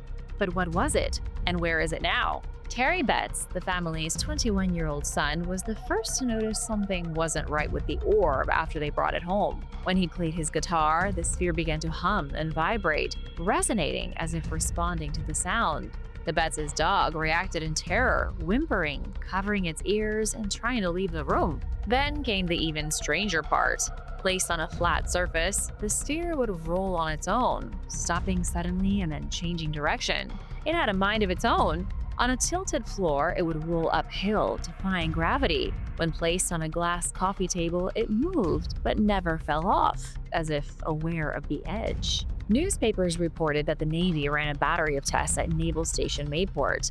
X-rays revealed that the sphere's shell was about half an inch thick and made of stainless steel alloy 431, a material commonly used in aerospace and industrial applications. The X-rays showed that inside was something dense and unknown, but not radioactive, explosive, or electronic. The military returned it to the Betts family, concluding it was not of military origin. But their vague report only fueled further speculation. Meanwhile, our friendly neighborhood UFO researcher, J. Allen Hynek, famous for his work on Project Blue Book, investigated the case. Many believed if anyone could prove its extraterrestrial origins, it was him. But in the end, Hynek's verdict was inconclusive. As media attention grew, the Betts family became overwhelmed. Their once fascinating discovery had turned into an invasion of their privacy. Then, as abruptly as they found it, the sphere disappeared. The Betts family stopped speaking to reporters. They refused interviews, and no one, not even researchers who once examined it, could confirm where it went. Some say the family hid it away. Others believe it was taken, either by the government or aliens wanting their technology back. Whatever the Betts sphere was, it has never resurfaced. The Lost Pyramid of Samoa. What if I told you there is a giant star-shaped pyramid hidden in the jungle and nobody knows who built it or why? Intrigued? You should be. Deep in the untamed jungles of Samoa, hidden beneath layers of dense vegetation, lies one of the South Pacific's greatest mysteries, a towering structure that has puzzled experts for centuries. Hulemele Mound is a roughly 40-foot-high stone marvel. It stands as the largest and oldest pyramid-like structure in Polynesia. But what was its purpose, and why was it abandoned? For over 300 years, the answers have remained elusive. But now, cutting-edge technology is peeling back the layers of time, revealing a long-lost civilization far more complex and advanced than previously thought. Located on the island of Savai'i, Hulemele Mound is an architectural anomaly. Built in stages over centuries, starting around 1000 AD, this massive 8-pointed structure was designed with remarkable precision. Its edges aligned almost perfectly with the cardinal directions. From above, it resembles a colossal stone star. You have to see this thing out of the window of a plane to fully comprehend how amazing it is. It looks like a perfect stone star stamped into the earth. Like someone took a giant cookie cutter and boom, star pyramid. But no one knows who built it or why. Archaeologists and local historians have, of course, put forth several theories. A sacred religious site used for rituals and ceremonies, a strategic lookout point, a burial monument for a powerful ruler or spiritual leader, or a platform for pigeon steering competitions, which is a significant Samoan tradition. I didn't just make that up. Despite decades of excavations, no single theory fully explains its true function. Not until now. Using advanced laser mapping technology, researchers detected the faint outlines of an entire lost settlement on the Samoan island, hidden beneath the jungle floor. What was once believed to be a ceremonial site turned out to be the centerpiece of a vast pre-colonial city, evidence of a thriving civilization that existed long before European explorers arrived in 1722. The Samoan pyramid is like the crown on the head of a forgotten culture. Laser scans have shown that the jungle is burying a whole civilization, countless buildings, and other strange structures that will take scientists decades to study. Think of all the documentaries we'll get out of this. A lost race of giants confirmed. Forget Area 51. The real weirdness in Nevada isn't aliens, it's giants. And I'm not talking about those novelty roadside attractions. Deep in the Nevada desert, hidden within the dark recesses of Lovelock Cave, an ancient secret may be buried, one that challenges everything we know about human history. Let me tell you the tale of the red-haired giants, towering 10 feet tall, who once roamed the Americas. For centuries, the Paiute people spoke of the Siteka, a tribe of fierce, cannibalistic giants who terrorized their ancestors, right up until they were driven into a cave and burned alive. Now that's revenge served hot. But is this a myth or a real thing that happened to the last surviving giants? Archaeologists have uncovered artifacts and skeletal remains that raise chilling questions. And now, new discoveries are reigniting the mystery. The best place to begin is 1911, when miners digging for guano fertilizer in Lovelock Cave stumbled upon something far more valuable and far more bizarre. Among the layers of sediment, they found enormous human-like bones, a 15-inch long sandal, and a massive boulder with what appeared to be a giant handprint on it. Their discovery led to official excavations in 1912 and 1924, revealing over 10,000 artifacts and mummified remains. According to reports, more than 100 years old, some of these skeletons measured between 8 and 10 feet tall. Then came another bombshell. In 1931, a local Nevada newspaper reported the discovery of 2 more giant skeletons found in a nearby dry lake bed. The article described these remains as being mummified in a manner similar to ancient Egyptian burials. But this was all in Nevada. Who would have thought that Vegas was built on the stomping grounds of ancient giants? Were these tall humans or evidence of something far more extraordinary? The idea of giants isn't unique to Nevada. For centuries, cultures around the world have passed down tales of towering humanoids, from the Nephilim of the Bible to the Titans of Greek mythology. But few legends are as eerily detailed as those of the Paiute tribe. According to Paiute oral history, the Siteka were red-haired giants with incredible strength. They were aggressive warriors and cannibals who preyed on smaller tribes. They were also seafaring people who arrived in the Americas by boat from parts unknown. After years of warfare, the Paiute tribes united against the Siteka. The final battle led the last surviving giants into Lovelock Cave, where the Paiute tribe set a massive fire at the entrance, trapping them inside. When archaeologists first excavated the cave, they did find evidence of significant burning at the entrance, confirming the legend. Some researchers believe these alleged giants were nothing but tall humans with naturally occurring genetic anomalies. Or could there be a lost chapter of history we have yet to uncover? You're probably wondering about the skeletons. If they were still around, scientists could easily tell if they were giants by studying them, right? But they are not still around. The giant remains from Lovelock Cave seem to have vanished. Almost all mention of them has been scrubbed from academic records. Some claim they were sent to museums and universities only to be locked away or lost over time. Others believe there was a deliberate effort to suppress evidence that didn't fit into mainstream historical narratives. The Smithsonian Institution, which has been rumored to have collected several of these skeletons, has denied possessing them. So where are they now? And why do reports of giant skeletons keep resurfacing, only for the remains to disappear? Super advanced Maya technology. Now let's travel to Palenque, 600 AD.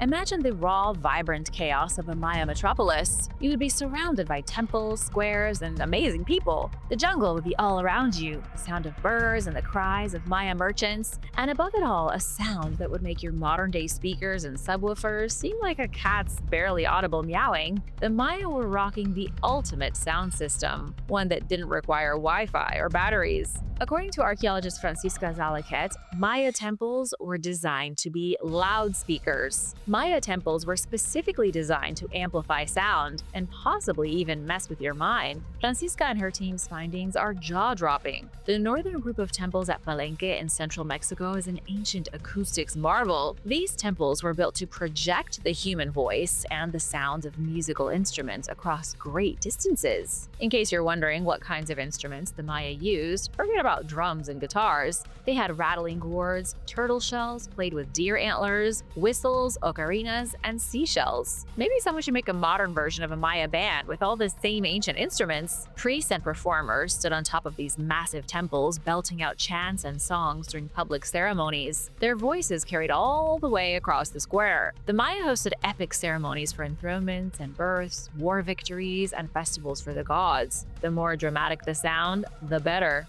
Zalaquet's team suspects the Maya even used stucco, the same stuff you find on your walls, to intentionally change how sound was absorbed and reflected. It's like they were adding acoustic enhancement. And there might be more to it. There are rumors in scientific circles that ancient civilizations understood how to use sound as a technology. It's been suggested that the Egyptians used sound waves to lift massive stone blocks while building the pyramids. Some even suspect that with the right focus, sound waves can be used to cut stone with the precision of a laser beam. By the way, the Maya did not have a monopoly on mind-bending sound design. In the Peruvian Andes, researchers uncovered a stone labyrinth that not only amplified sound, but may have been engineered to disorient the listener. Imagine entering a maze where the echoes bounce off every stone surface so rapidly, you'd swear that sounds were coming from every direction at once. Miriam Kolar from Stanford Center for Computer Research and Acoustics said the echoes are so intense in the Peruvian maze that it messed with people's minds. Plus, those who wandered through the maze were probably on psychoactive drugs like the San Pedro cactus, known to have been used in ancient ancient shamanistic rituals. Sound technology and drugs were very common in the ancient world. It's hard for us to imagine what a ritual or a spiritual journey would have been like so long ago. If you want to learn more about ancient technology, be sure to subscribe and check out some of my other videos. The keys to the Gate of the Gods. Hidden deep within the history of Peru, among the ruins of long-lost civilizations, lies one of the most puzzling artifacts ever discovered: bronze gears believed to open a gateway to the world of the gods. Are they remnants of an ancient machine, proof of an advanced civilization, or decorative sun discs? Maybe they were just really fancy coasters. Even more intriguing, could these gears be the legendary key to unlocking the fabled Gate of the Gods at Ayumarca? Spoiler alert, no one has found the open button yet. Let's start with the gears themselves, which were first mentioned by Professor Rafael Largo Hoyle in his book titled Peru. A little generic, but hopefully you can find it if you're interested. There is almost no information about how or where they were found. The professor described them as intricately designed bronze discs with gear-like teeth, eerily resembling modern mechanical components. But he really messed up their backstory. The gears could have been part of a long-lost machine. They may have been ceremonial objects from an ancient sun-worshipping culture. Some have noted how similar the Peruvian gears are to the components in the Antikythera mechanism discovered in the Mediterranean Sea. Originally dismissed as a boring artifact, the Antikythera mechanism was later recognized as the world's first analog computer, featuring complex interlocking gears designed to track astronomical events. If ancient Greeks were capable of creating gear-based mechanical computers, why should it be impossible for an advanced civilization in South America to have done the same? A more mystical theory connects these mysterious gears to one of the most legendary megalithic sites in Peru, the Puerta de Ayumarca, the Gate of the Gods. This mysterious door-like structure in the Ayumarca mountain region near Lake Titicaca has been shrouded in legends for centuries. According to local folklore, it is a gateway between worlds, used by deities and great heroes to travel between realms. According to an ancient Inca legend, a priest named Amaru Muru fled from Spanish invaders through this very door, carrying with him a sacred golden disc. The story goes that when he arrived at the Gate of the Gods, he presented the golden key to shamans who performed a ritual. Suddenly, the doorway lit up with a blinding blue light. Amaru Muru stepped through it and vanished, never to be seen again. Some believe that the bronze gears of Peru are replicas of this lost key, perhaps created in later centuries by civilizations attempting to reopen the portal. Who wouldn't want to reopen a portal to another world? If you could teleport to another planet in an instant, where would you go?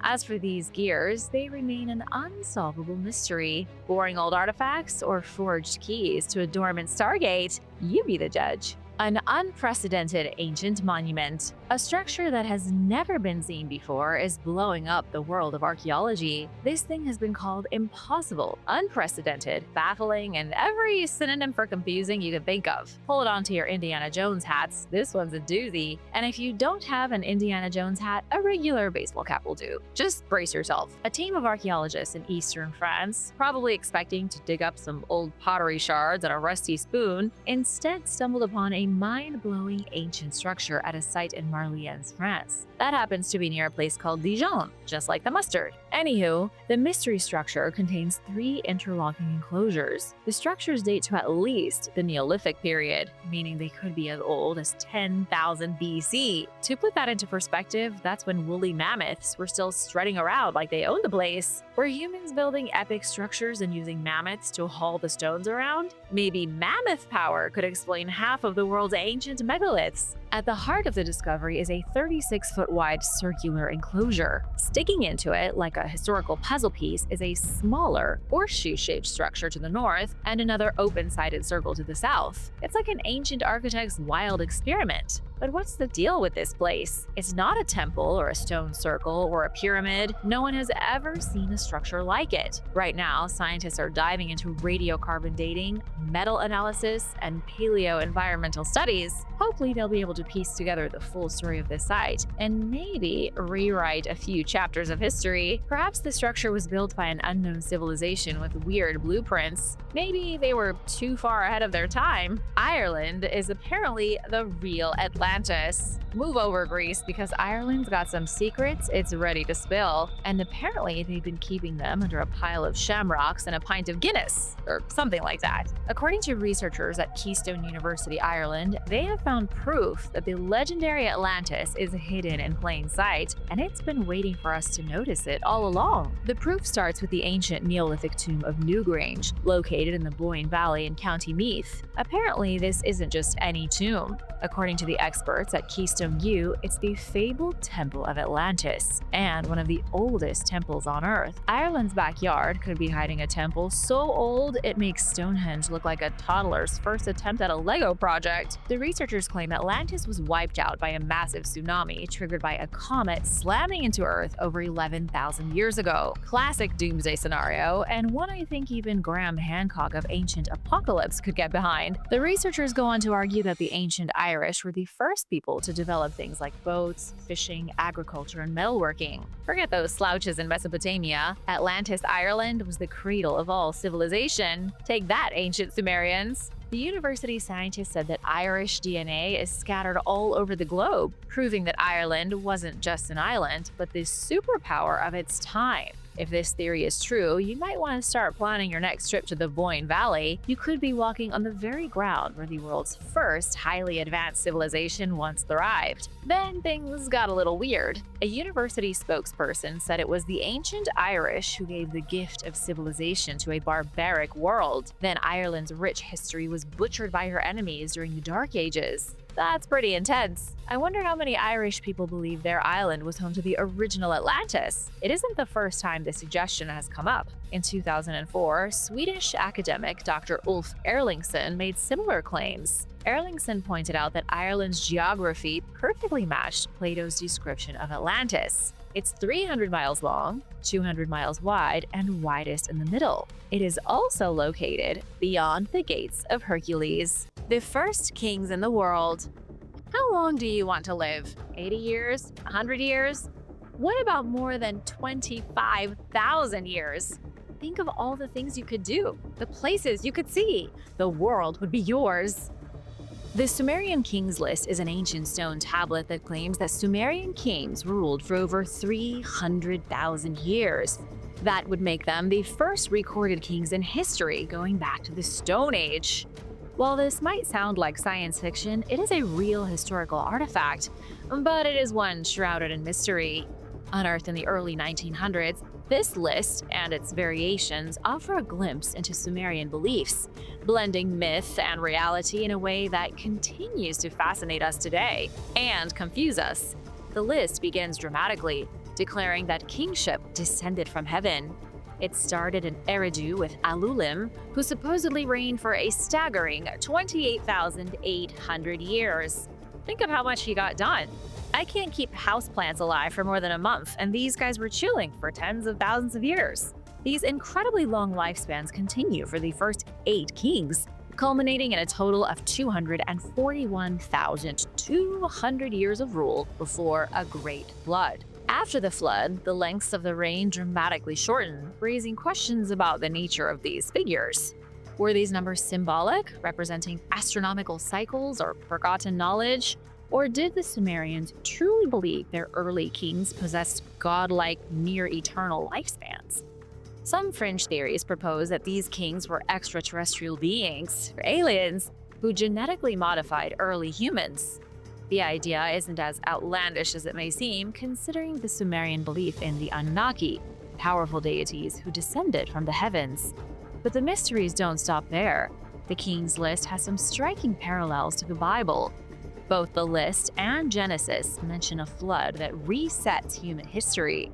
Both describe a pattern where early figures lived absurdly long lives, like Methuselah and his 969 years, that drastically shortened after the flood. Is this a coincidence? Maybe.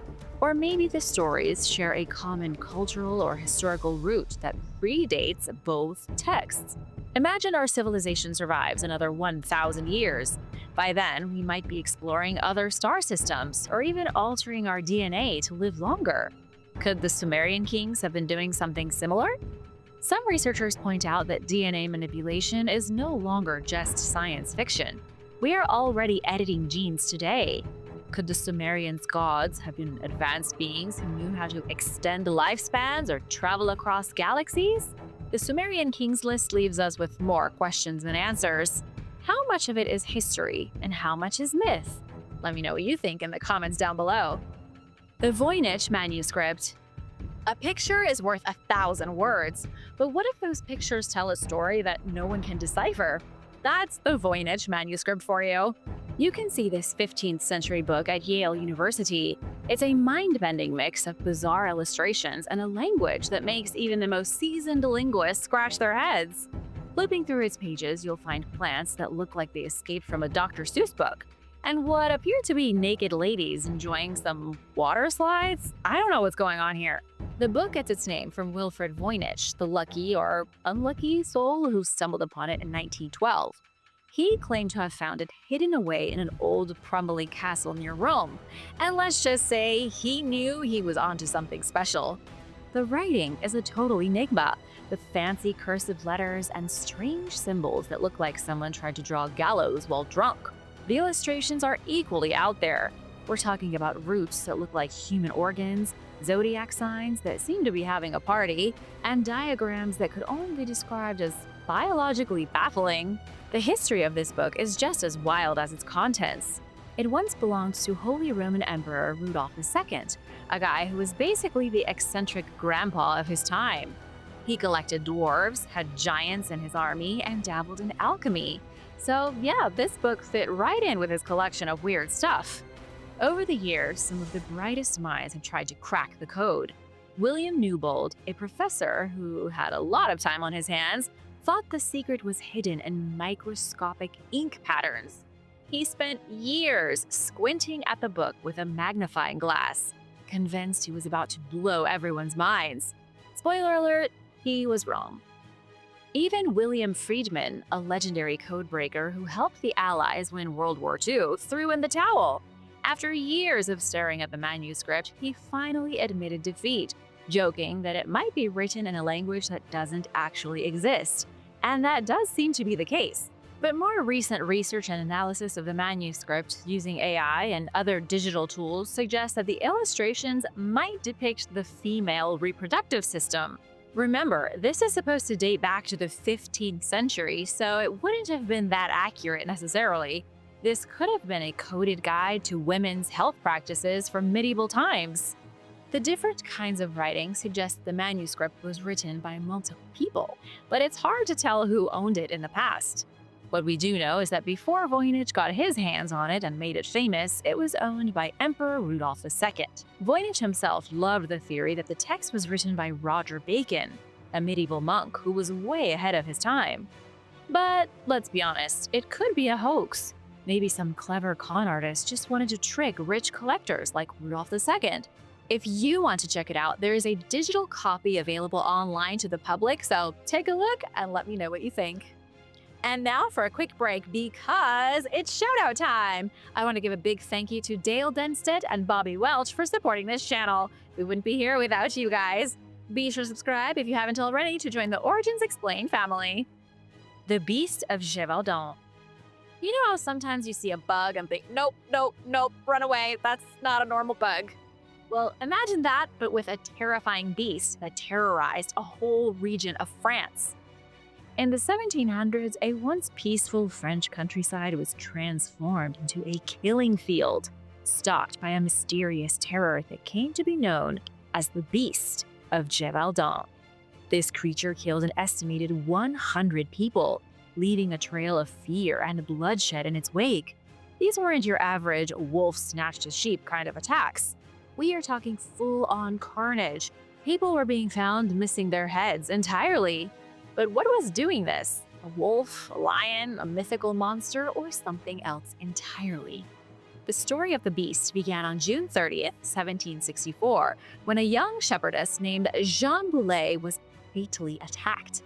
However, earlier that year, a woman tending cattle had survived an encounter with something described as like a wolf but not a wolf. This was no ordinary predator.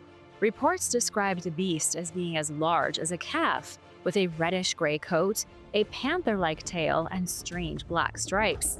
Its attacks were horrific, leaving some victims decapitated. At the time, France was struggling in the aftermath of the 7 Years' War, so the beast became both a symbol of terror and a rallying point for a demoralized nation. Newspapers eagerly spread the story, making the beast one of the first media sensations. Was it one animal or several? No one knew, but fear and fascination gripped the public. As attacks continued, the people of Gévaudan fought back with extraordinary bravery. Hunters scoured the woods, and even children weren't safe. Or helpless. In one famous incident, 10-year-old Jacques Portefeuille and his friends fended off the beast with sticks themselves. Their courage earned them rewards from King Louis XV. Another celebrated hero was Marie-Jeanne Vallée, who stabbed the creature with a makeshift spear during an attack in 1765, earning her the nickname the Amazon. But even when they fought back, the townsfolk failed to fully scare off the beast. So the king sent in professional hunters. In September 1765, the hunters killed a large wolf they believed to be the monster. The animal was stuffed and sent to the royal courts, but unfortunately, the killings resumed just months later. Was there a second beast, or had the real creature never been caught? Finally, in June of 1767, a local hunter named Jean Chastel shot and killed another strange wolf-like animal. Chastel went full CSI, cutting the beast's stomach open to find human remains. After that, the attack stopped, but certain questions lingered. The creature didn't match the descriptions perfectly, and many wondered if the true beast had slipped away yet again. There are plenty of theories about the beast's identity. Some believe it was either a massive wolf, a lion that escaped from captivity, or maybe even a striped hyena. Others suggest that it was a hybrid animal or an armored war dog. A few even claim the beast was the work of a human serial killer, using an animal to carry out the attacks. One of the wildest ideas, however, is that it was a werewolf. What do you think? Was the beast of Gévaudan just a misunderstood predator, or something far more sinister? The first known giant. Before air conditioning and reality TV, before the rise of towering skyscrapers and majestic castles, ancient Egypt was ruled by figures of immense stature. One such ruler might have been Sa-Nakht, a pharaoh of the 3rd dynasty, who could lay claim to the title of the world's oldest known giant. But was he a mythical king brought to life, or was there a scientific explanation for his extraordinary height? In 1901, archaeologists unearthed a skeleton tomb near Beit Khalaf, Egypt, dating back to around 2700 BC. This remarkable find was believed to belong to Sa-Nakht, a relatively obscure pharaoh in the grand scheme of Egyptian history. However, it wasn't his royal lineage that captivated researchers, but his astonishing height. Standing at a towering 6 feet 2 inches, Sa-Nakht would have dwarfed his contemporaries. Sounds like someone ate their veggies. In ancient Egypt, the average male stood around 5'6". Sa-Nakht's height was truly exceptional. Even the legendary Ramses II, who reigned over 1,000 years later, only reached 5 feet 9 inches.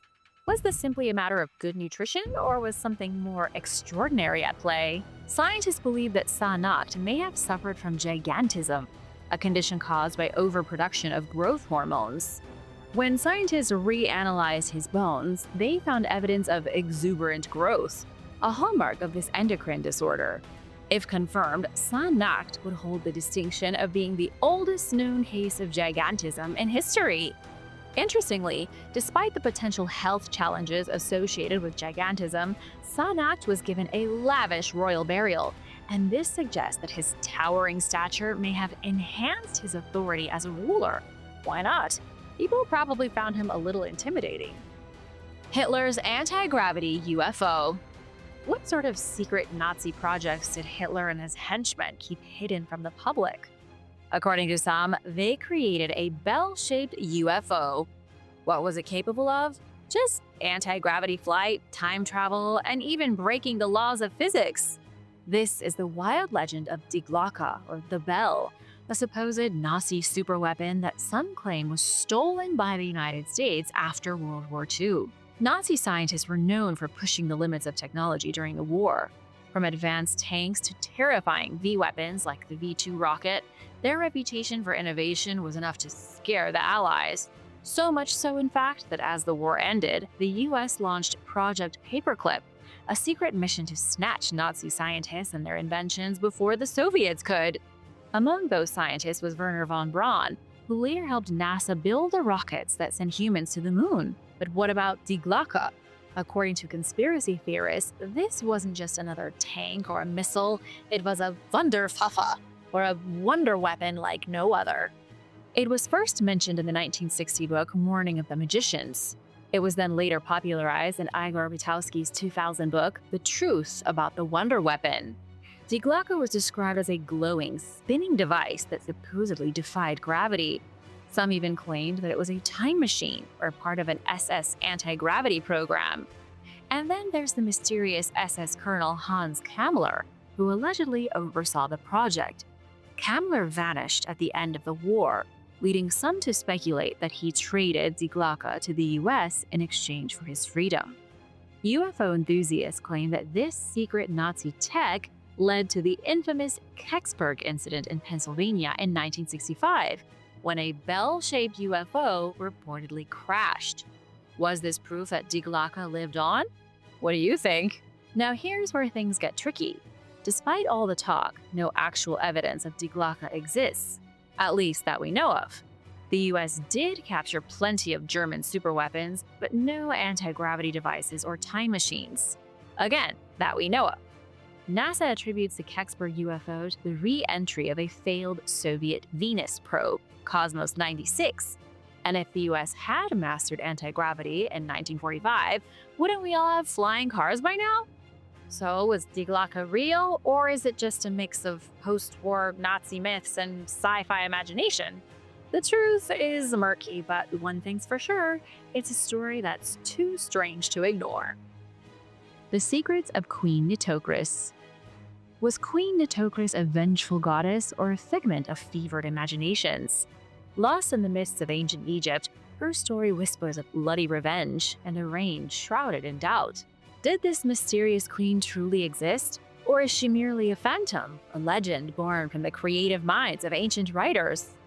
The tale of Nitocris comes from ancient writers like Herodotus, Manetho, and Eratosthenes. Manetho, an Egyptian priest from the 3rd century BC, called her the most beautiful and courageous woman of her time. He claimed that she ruled for 12 years and even built the 3rd pyramid. Eratosthenes, famous Greek scholar, said her name meant Athena the Victorious and wrote that she reigned for 6 years. But Herodotus, the so-called father of history, painted the most dramatic picture of all. According to Herodotus, Nitocris became queen after her brother, who was also her husband, was assassinated. Fueled by grief and rage, she devised a cunning plan to avenge his death. She built a vast underground chamber and invited her enemies, the people responsible for her brother's murder, to a grand feast. And as they were celebrating, thinking they were safe, Nitocris secretly unleashed the waters of the Nile into the chamber, drowning them all. Herodotus claimed that Nitocris then ended her own life to escape vengeance from her enemies. According to the story, she ran into a burning room and perished in the flames. But modern historians have no concrete evidence that she ever existed. There are no inscriptions, statues, or monuments to prove her reign. For a time, scholars thought she might be the mysterious figure named Nitocris on the Turin king list, but that theory was eventually debunked. History is full of these maybe she was, maybe she wasn't situations. It's like trying to piece together a puzzle with half the pieces missing. Manetho also gave her credit for building the 3rd pyramid, but archaeologists aren't sure which pyramid he meant. Was it one of the famous ones at Giza, or a lesser-known structure somewhere else in Egypt? So, was Nitocris a real queen, a mythical figure, or just an elaborate tale passed down through the ages? What do you think? The Man from a Parallel Universe. One day in July of 1954, a mysterious man stepped off a plane at Haneda Airport in Tokyo. At first glance, there was nothing unusual about him. He looked like an average businessman. He was wearing a suit and tie, he was rocking a beard, and he was holding a briefcase. He spoke multiple languages, including French and Japanese. But when he handed over his passport, things took a bizarre turn. The document said that he was from a country called Talred. And if you're racking your brain trying to figure out where that is in the world, I'll save you the trouble. Talred doesn't exist, and it never has. At least, not in this universe. The man was visibly frustrated and insisted that Talred was a real country located between France and Spain. When shown a map, he pointed to the area called Andorra and grew even more confused. How could the country he had lived in his whole life suddenly vanish from the map? Immigration officials were baffled, but suspicious, so they decided to detain him for questioning. They placed him in a secure hotel room guarded by 2 officers while they investigated. But the next morning, the man was gone. There was no sign of escape. There was no balcony, no unlocked windows, and guards swore up and down that they never saw him leave. It was as if he had vanished into thin air. This puzzling story has become somewhat famous among conspiracy theorists, with some claiming that the man was a traveler from a parallel universe, a world where Talred was real. His odd behavior, along with his detailed yet unverifiable travel documents and multiple currencies, seem to support this wild theory. But of course, others suggest a less dramatic explanation. The entire tale is nothing but an urban legend. Get this though. In 1960, a man named John Allen Zegras was arrested in Tokyo for fraud, and some believe that his case inspired the man from Talred legend. Zegras had forged a passport from a fictional country, Talred, complete with fake symbols and even an invented language. His goal? To scam his way around the world. Japanese officials eventually uncovered the fraud, and as a result, Zegras was sentenced to prison, although he was released shortly after. His fake passport, which was amateur at best, became the focus of a debate in Britain about passport forgery. Despite his crimes, however, Zegras remained an enigma, disappearing into obscurity after leaving Japan. So, was the mysterious man from Talred a visitor from another dimension? Or just a very ambitious con artist? Could Zegras simply have heard this story and played off of it for his own personal gain? After all, his con took place 6 years after the original tale occurred. What do you think? Where is Alexander the Great? You'd think conquering the world would be the hardest thing a guy had to do. Apparently finding a decent burial plot is even tougher. Alexander the Great is one of the most well-known figures throughout all of history. But you know what is not well known? His final resting place. Nobody knows where Alexander was buried. Why is that? After conquering vast lands from Greece to India, Alexander died suddenly in Babylon in 323 BC at just 32 years old. He'd conquered the world by 32. His generals fought over who would control his empire, but one of them, Ptolemy I Soter, had a clever idea. Instead of allowing Alexander's body to be sent back to Greece as originally planned, Ptolemy intercepted the funeral procession. Instead, he had the body taken to Memphis, Egypt, likely to solidify his own claim to power. Can you imagine the drama at that funeral procession? But Ptolemy wasn't done yet.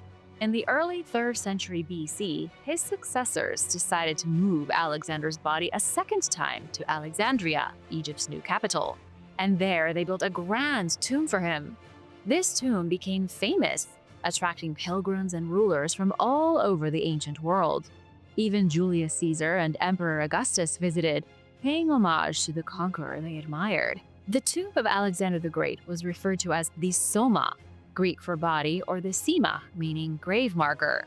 But the exact location of this mausoleum is still anyone's guess. Some ancient sources say it was in the royal quarter of Alexandria, but no one has been able to find it. Over the years, Alexander's tomb became a symbol of power.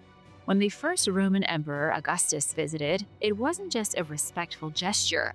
It was a way to align himself with Alexander's legacy, as if to say, look, I'm just as great as this guy. But things didn't stay peaceful for long. By the late 4th century AD, with the rise of Christianity, Emperor Theodosius I closed temples and banned pagan practices. Alexander's tomb was looted, and after that, things started to go downhill. Some historians suggest that the tomb might have been damaged by a massive tsunami that struck Alexandria in 365 AD. Others believe that after the Arabs took control of the city in the 7th century, The tomb could have been hidden or destroyed. The strangest part of all, travelers reported seeing Alexander's tomb well into the 16th century, but no one has been able to find it since. Some people even suggest wild theories, like Venetian merchants stealing Alexander's remains by mistake, thinking they were relics of St. Mark. Others believe the tomb is now submerged underwater or buried deep beneath the modern streets of Alexandria. Many excavations have taken place, and yet the mystery continues.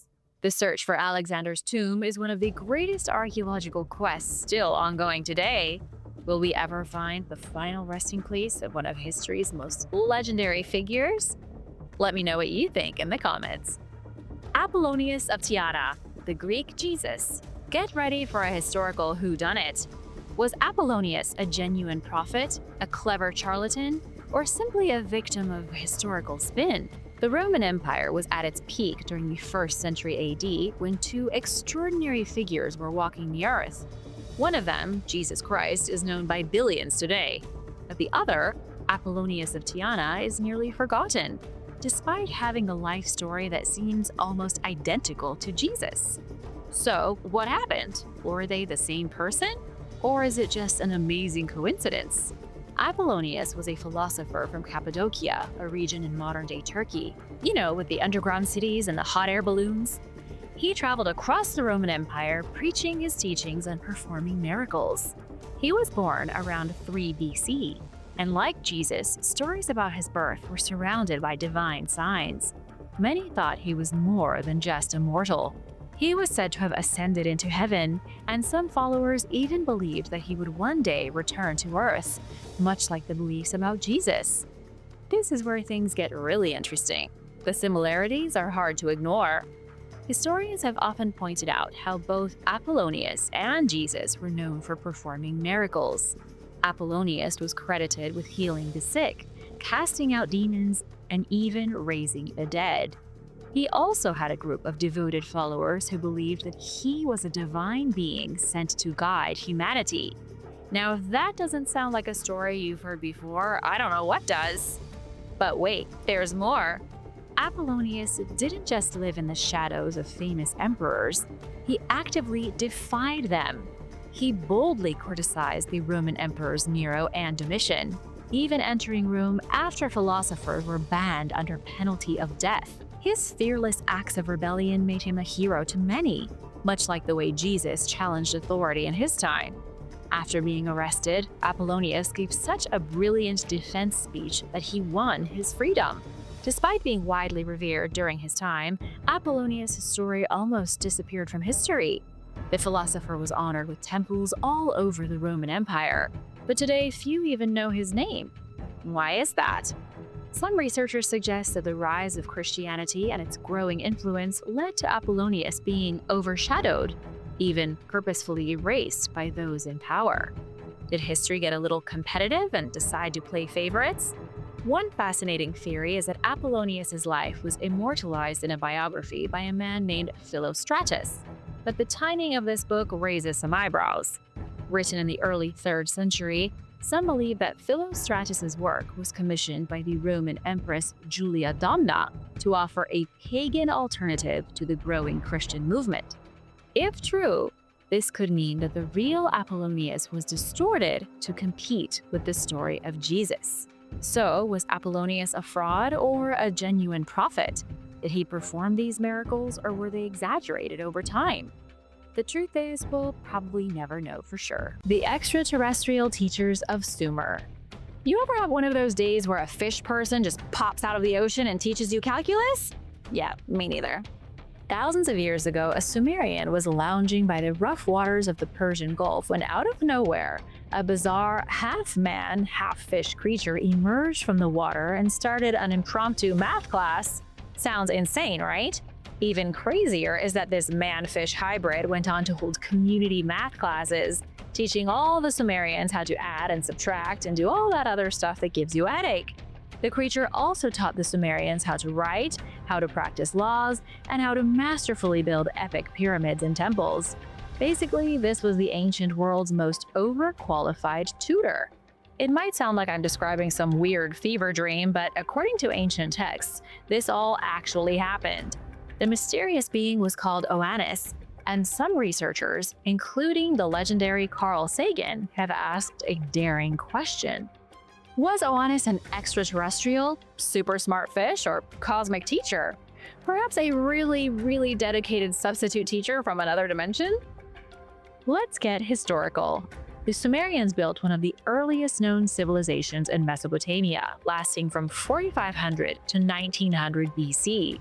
They had a legend about Oannes, an amphibious being that emerged from the Persian Gulf and spent their days teaching humans the secrets of civilization. According to ancient writers, Oannes had the body of a fish, a second head underneath their fish head, and human legs attached to a fish's tail. It all sounds both terrifying and deeply impractical. And Oannes wasn't the only freaky creature around. Check out this bizarre, seemingly Sumerian slab covered in what looks like fishy alien angel things. Mesopotamia was overloaded with more bizarre creatures than Japanese folklore. Oannes was the first in a series of similar beings called the Apkallu, who allegedly kept returning to check in on the Sumerians, guiding them through science, law, and architecture. Did you remember to balance your checkbook, Sumerians? And what about those triangles? Are they still pointy? Keep in mind, this is the same culture who worshipped the Anunnaki, but the Apkallu were not the Anunnaki, even if their stories are similar. Weirdly, the Apkallu were never described as gods. That in itself is rare, considering that most ancient people loved turning mysterious figures into deities. The Apkallu, unlike the Anunnaki who used humans as slaves, only seem to have one purpose. They only wish to educate humanity. There are even multiple historical references to their visits, suggesting they weren't just a one-off legend. The Apkallu were humanity's earliest babysitters, making sure the first humans were on the right path to building a good society. Of course, you don't have to believe the Apkallu were aliens. There are many scholars who believe the Apkallu story was just a metaphor, a way for the Sumerians to explain how they went from hunter-gatherers to city builders. And then there are those who suggest that the Apkallu were remnants of an advanced, lost civilization, one that was wiped out by a great flood. Maybe the survivors passed their knowledge on to the Sumerians and were later remembered as mystical fish beings. Don't ask me why. One theory that's very interesting is that the Apkallu were Sumerian priests wearing elaborate ceremonial outfits, maybe even fish-scale cloaks to honor their water god Enki. If that's the case, they weren't aliens, gods, or ancient fish people. They were just really smart teachers dressed up. So what do you think? Ancient aliens, lost knowledge, or just a fishy folktale? Let me know your theories in the comments. The mystery of the Kozyrev mirrors. Scientists created something so insane, I'm going to have a hard time explaining it to you. Have you heard of Kozyrev mirrors? They are reflective chambers said to mess with time, consciousness, and even human perception. Meet Nikolai Kozyrev, a Soviet astrophysicist who didn't just want to look at stars, he wanted to figure out what powered them. While most scientists were cozying up to the nuclear fusion model, Kozyrev had a more unusual alternative theory to focus on. He thought, what if stars aren't just burning gas, but drawing energy from time itself? Nikolai thought that if the energy of time could be harnessed, it would make nuclear fusion look like someone rubbing two sticks together. He thought time was an energy force, not just a boring dimension we move through. Unfortunately, the Soviet government wasn't a fan of outside-the-box thinkers, so in 1936, Kozyrev got slapped with a 10-year prison sentence during Stalin's purges. Nothing says scientific progress like throwing your best minds in a labor camp. Instead of breaking him, prison gave Kozyrev time to think. By the time he got out in 1946, he had a radical new theory. Time isn't just something we move through, it interacts with matter and under certain conditions can be manipulated. Human consciousness might be able to access time non-linearly, like deja vu on steroids. These ideas were way too weird for mainstream physics, but they inspired later researchers to create something called Kozyrev mirrors. And that's when things got really strange. Kozyrev mirrors are big, curved spirals made of aluminum. Scientists believed that these specially shaped mirrors could focus certain subtle energies, blocking out electromagnetic interference while enhancing human perception. In the 1990s, a team of Russian researchers, including Alexander Trofimov and Vladimir Kaznachev, ran hundreds of experiments with these mirrors. What happened during these experiments has never been explained. People who stepped inside the aluminum mirrors sometimes saw visions of the past and future. They had out-of-body experiences where they felt like they were floating in another dimension. They had heightened levels of telepathy, as if thoughts could travel across huge distances instantly. The volunteers also experienced environmental effects, like temperature changes, blood pressure spikes, and strange glowing symbols appearing inside the mirrors. Okay, that's all really spooky, but it gets spookier. The research team conducted telepathic experiments involving over 5,000 people from 12 countries. They saw a 95% success rate in transmitting thoughts remotely, which is statistically way too high to be a fluke. And did I mention that UFOs allegedly showed up near the research labs during these experiments? Of course they did. Some scientists believe the answer to these unexplained results lies in torsion fields, a hypothetical type of energy field that exists beyond gravity and electromagnetism. Torsion fields allow for instantaneous communication across space and time. However, the Earth's electromagnetic field normally blocks our ability to sense this. When you weaken the Earth's interference, say by stepping into an aluminum mirror chamber, you might just tap into a universal information network. If this theory is right, humans should all be way more psychic than we are. But things like satellites, cell phones, and your unstable Wi-Fi is drowning out our natural abilities. It's an exciting field of study, don't you think? Too bad it's been shut down. The powers that be blamed the results of the tests on sensory deprivation, claimed torsion fields are nonsense, and swept the whole thing under the rug. Yet many believe the Kozyrev mirrors are a type of lost technology possessed by our ancient ancestors. Would you dare step into a Kozyrev mirror to flex your telekinesis? And now for a quick break because it's shoutout time! I want to give a big thank you to Josh P. and Vicky McGuire for supporting this channel. Be sure to subscribe if you haven't already for more videos like this. White Disc in New Mexico. New Mexico is the land of chiles, breathtaking landscapes, and a steady supply of unexplained aerial phenomena. If you thought Roswell was the state's only claim to UFO fame, think again. Recently, eagle-eyed internet sleuths, aka people who spend too much time on Google Earth, spotted a very suspicious-looking white disc in the remote Sierra Ladrones Mountains. And because the internet is the internet, theories exploded faster than a microwave burrito. Nestled about 34 miles northwest of the Sevilleta National Wildlife Refuge, this thing is just sitting there. It's a perfectly round, 30-foot wide, glaringly white circle. It looks like a crashed UFO. It also happens to be chilling at 7,400 feet above sea level, like it's got nothing to hide, right out in the open. I even have some coordinates for you in case you want to investigate it for yourself. I'll show them on the screen. Crashed UFO, alien trapdoor, or some bizarre backyard DIY project. Some say it's a downed UFO. Some say it's an alien hatchway leading to an underground Martian lounge. A few wild theorists even suggest it's the lid to Earth's actual spice cabinet, though it's mostly Dune fans saying that. But before you start building your alien welcoming signs, let's take a look at what's really going on here. According to archived satellite images, in 1975, the site had a dark, box-like structure on it. By 2003, this round, white disc appeared, replacing whatever was originally there, which means unless aliens really love doing home renovations, it wasn't a recent crash. But if it's not the remnants of a flying saucer, what is it? Science and logic suggest it might be a water tank.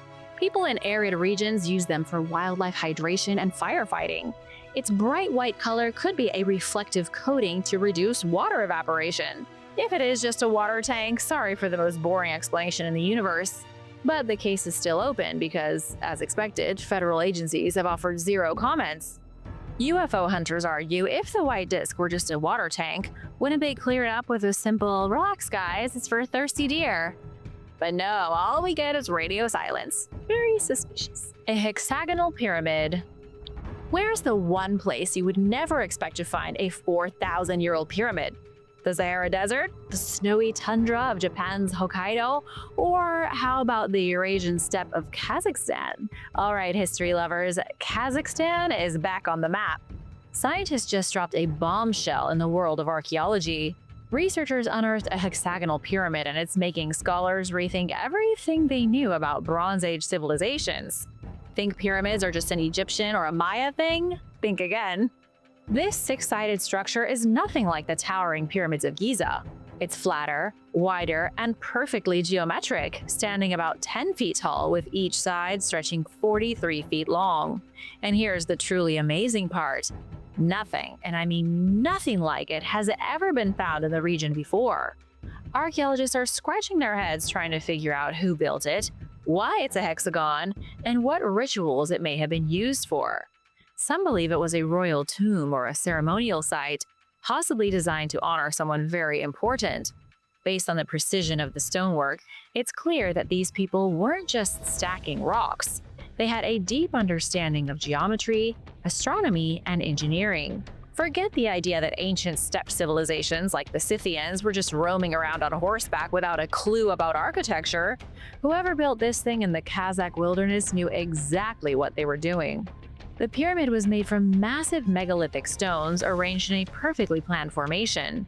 It was likely aligned with celestial events, much like other ancient monuments across the world. Some experts think it might have been covered in earth, creating a steppe-style pyramid that has since eroded. Lead archaeologist Ulan called the site's craftsmanship remarkable, noting how the 8 layers of precisely placed stones indicate a highly skilled and organized society. But which society is that exactly? Archaeologists believe this pyramid was built by the Andronovo culture, a Bronze Age civilization that thrived across Central Asia between 2000 and 900 BC. If you haven't heard of them, it's not a problem. Here's what you need to know.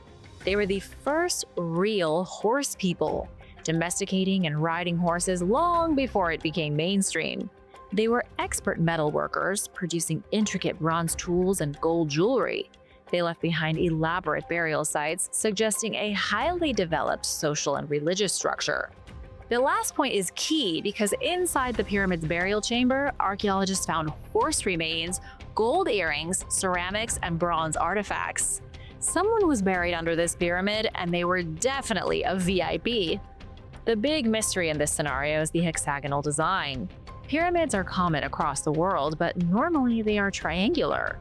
Some experts think perhaps it was designed to match the movement of celestial bodies, or it could have a symbolic meaning. Hexagons appear in nature, from honeycombs to crystal formations. Was this structure mimicking something sacred? The investigation of the Kiri Kunjir pyramid is just getting started. Scientists still have a lot of work to do if they're going to rewrite the history books on Central Asian civilizations. Kazakhstan's ancient past is way cooler than anyone imagined. Do you have a soul? Turns out death might be a little more sparkly than we thought. Scientists are basically having a full-blown existential crisis because of it. Something that happens at the point of death appears to show the soul leaving the body. You've probably heard of near-death experiences before. People who die briefly and come back seconds or minutes later. These people often claim to have seen a tunnel of light, past loved ones, or even cosmic beings. But what if there is scientific evidence of something fantastic happening in the brain at the moment of death? Dr. Stuart Hameroff, an anesthesiologist and professor at the University of Arizona, believes that a mysterious burst of energy detected in the brains of dying patients could be the soul leaving the body. At George Washington University, scientists did something unprecedented. They monitored the brain activity of 7 terminally ill patients minutes before life support was withdrawn. Using EEGs, they recorded the exact moment each patient was pronounced dead. After flatlining, each brain produced a mysterious burst of energy that lasted anywhere from 1 to 20 minutes. Now, let me be clear. When the heart stops, blood flow stops, and without oxygen, brain cells start shutting down, not lighting up like a Christmas tree like what the scientists saw in their EEGs. So what was this sudden spike in activity? The possible explanations are nuts, and some crazier than others. One theory is that the brain simply runs out of oxygen and neurons start firing uncontrollably, creating a cascade of electrical signals. This could explain why people in cardiac arrest report vivid memories or out-of-body experiences. Their brains are flooded with neural activity in their final moments. But here's the problem with that theory. If it's just a random biological glitch, why do so many people report similar, high-structured near-death experiences? Dr. Hameroff has a very different idea. He believes that consciousness isn't just electrical activity between neurons. It happens at a deeper quantum level inside microtubules, which are tiny structures in brain cells. Hameroff's theory is that when we die, our quantum information doesn't just disappear, it leaves the body and disperses into the universe. If someone is resuscitated, this information returns, leading to vivid recollections of the death experience. If the person stays dead, the information remains outside the body, possibly forever. The soul returned to the cosmic void. One of the weirdest things about this study is that the brain activity spike wasn't random.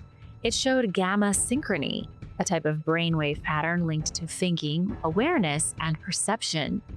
Even after the heart stopped, the brain briefly showed signs of consciousness. And this begs the question, what was the brain perceiving after death? Could this be the moment when people see the light at the end of the tunnel? If you've ever had a near-death experience, be sure to tell us about it in the comments. Do you think the soul physically departs the body after death and goes on a walk around the universe? A Roman cold case murder. There is evidence of a murder that took place 1,800 years ago. We don't have much to go on, but let's give it a shot. Archaeologists in Spain just uncovered a Roman soldier's burial, and it is weird. He was found face down, missing his feet, with a dagger stuck on his back. This isn't your average military funeral. It looks more like a scene from an ancient crime drama. Was this soldier a deserter, a thief, a victim of some brutal Roman punishment? Or was he murdered in cold blood? The discovery took place at Cortijo Lobato, an ancient fortress near Almendralejo.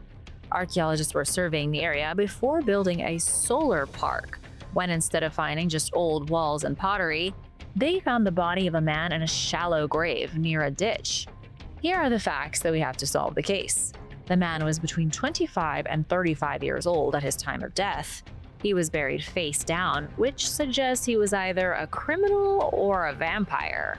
A Roman pugio, or a dagger, was deliberately placed on his back, not necessarily in his back. The difference is important. As for those missing feet, scientists don't know if they were severed while he lived or removed after death. The pugio is our biggest clue. This wasn't just any weapon. Pugios were often carried by Roman soldiers, especially officers and elite troops.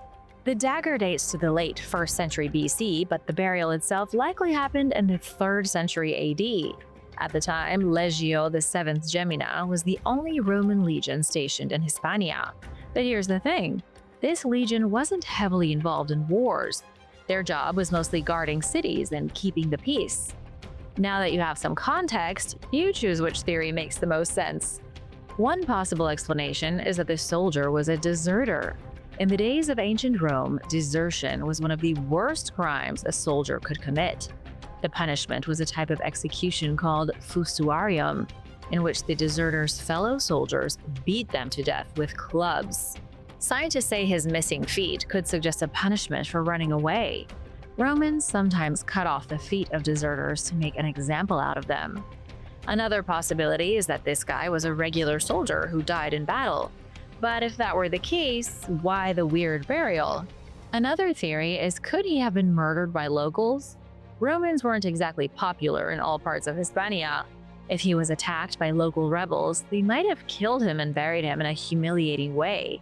Face down, dagger on his back, feet removed. What makes all of this even stranger is that the Roman burial was found in a fortress that was already ancient when he died. The fortress of Cortijo Lobato dates back nearly 5,000 years to the Copper Age.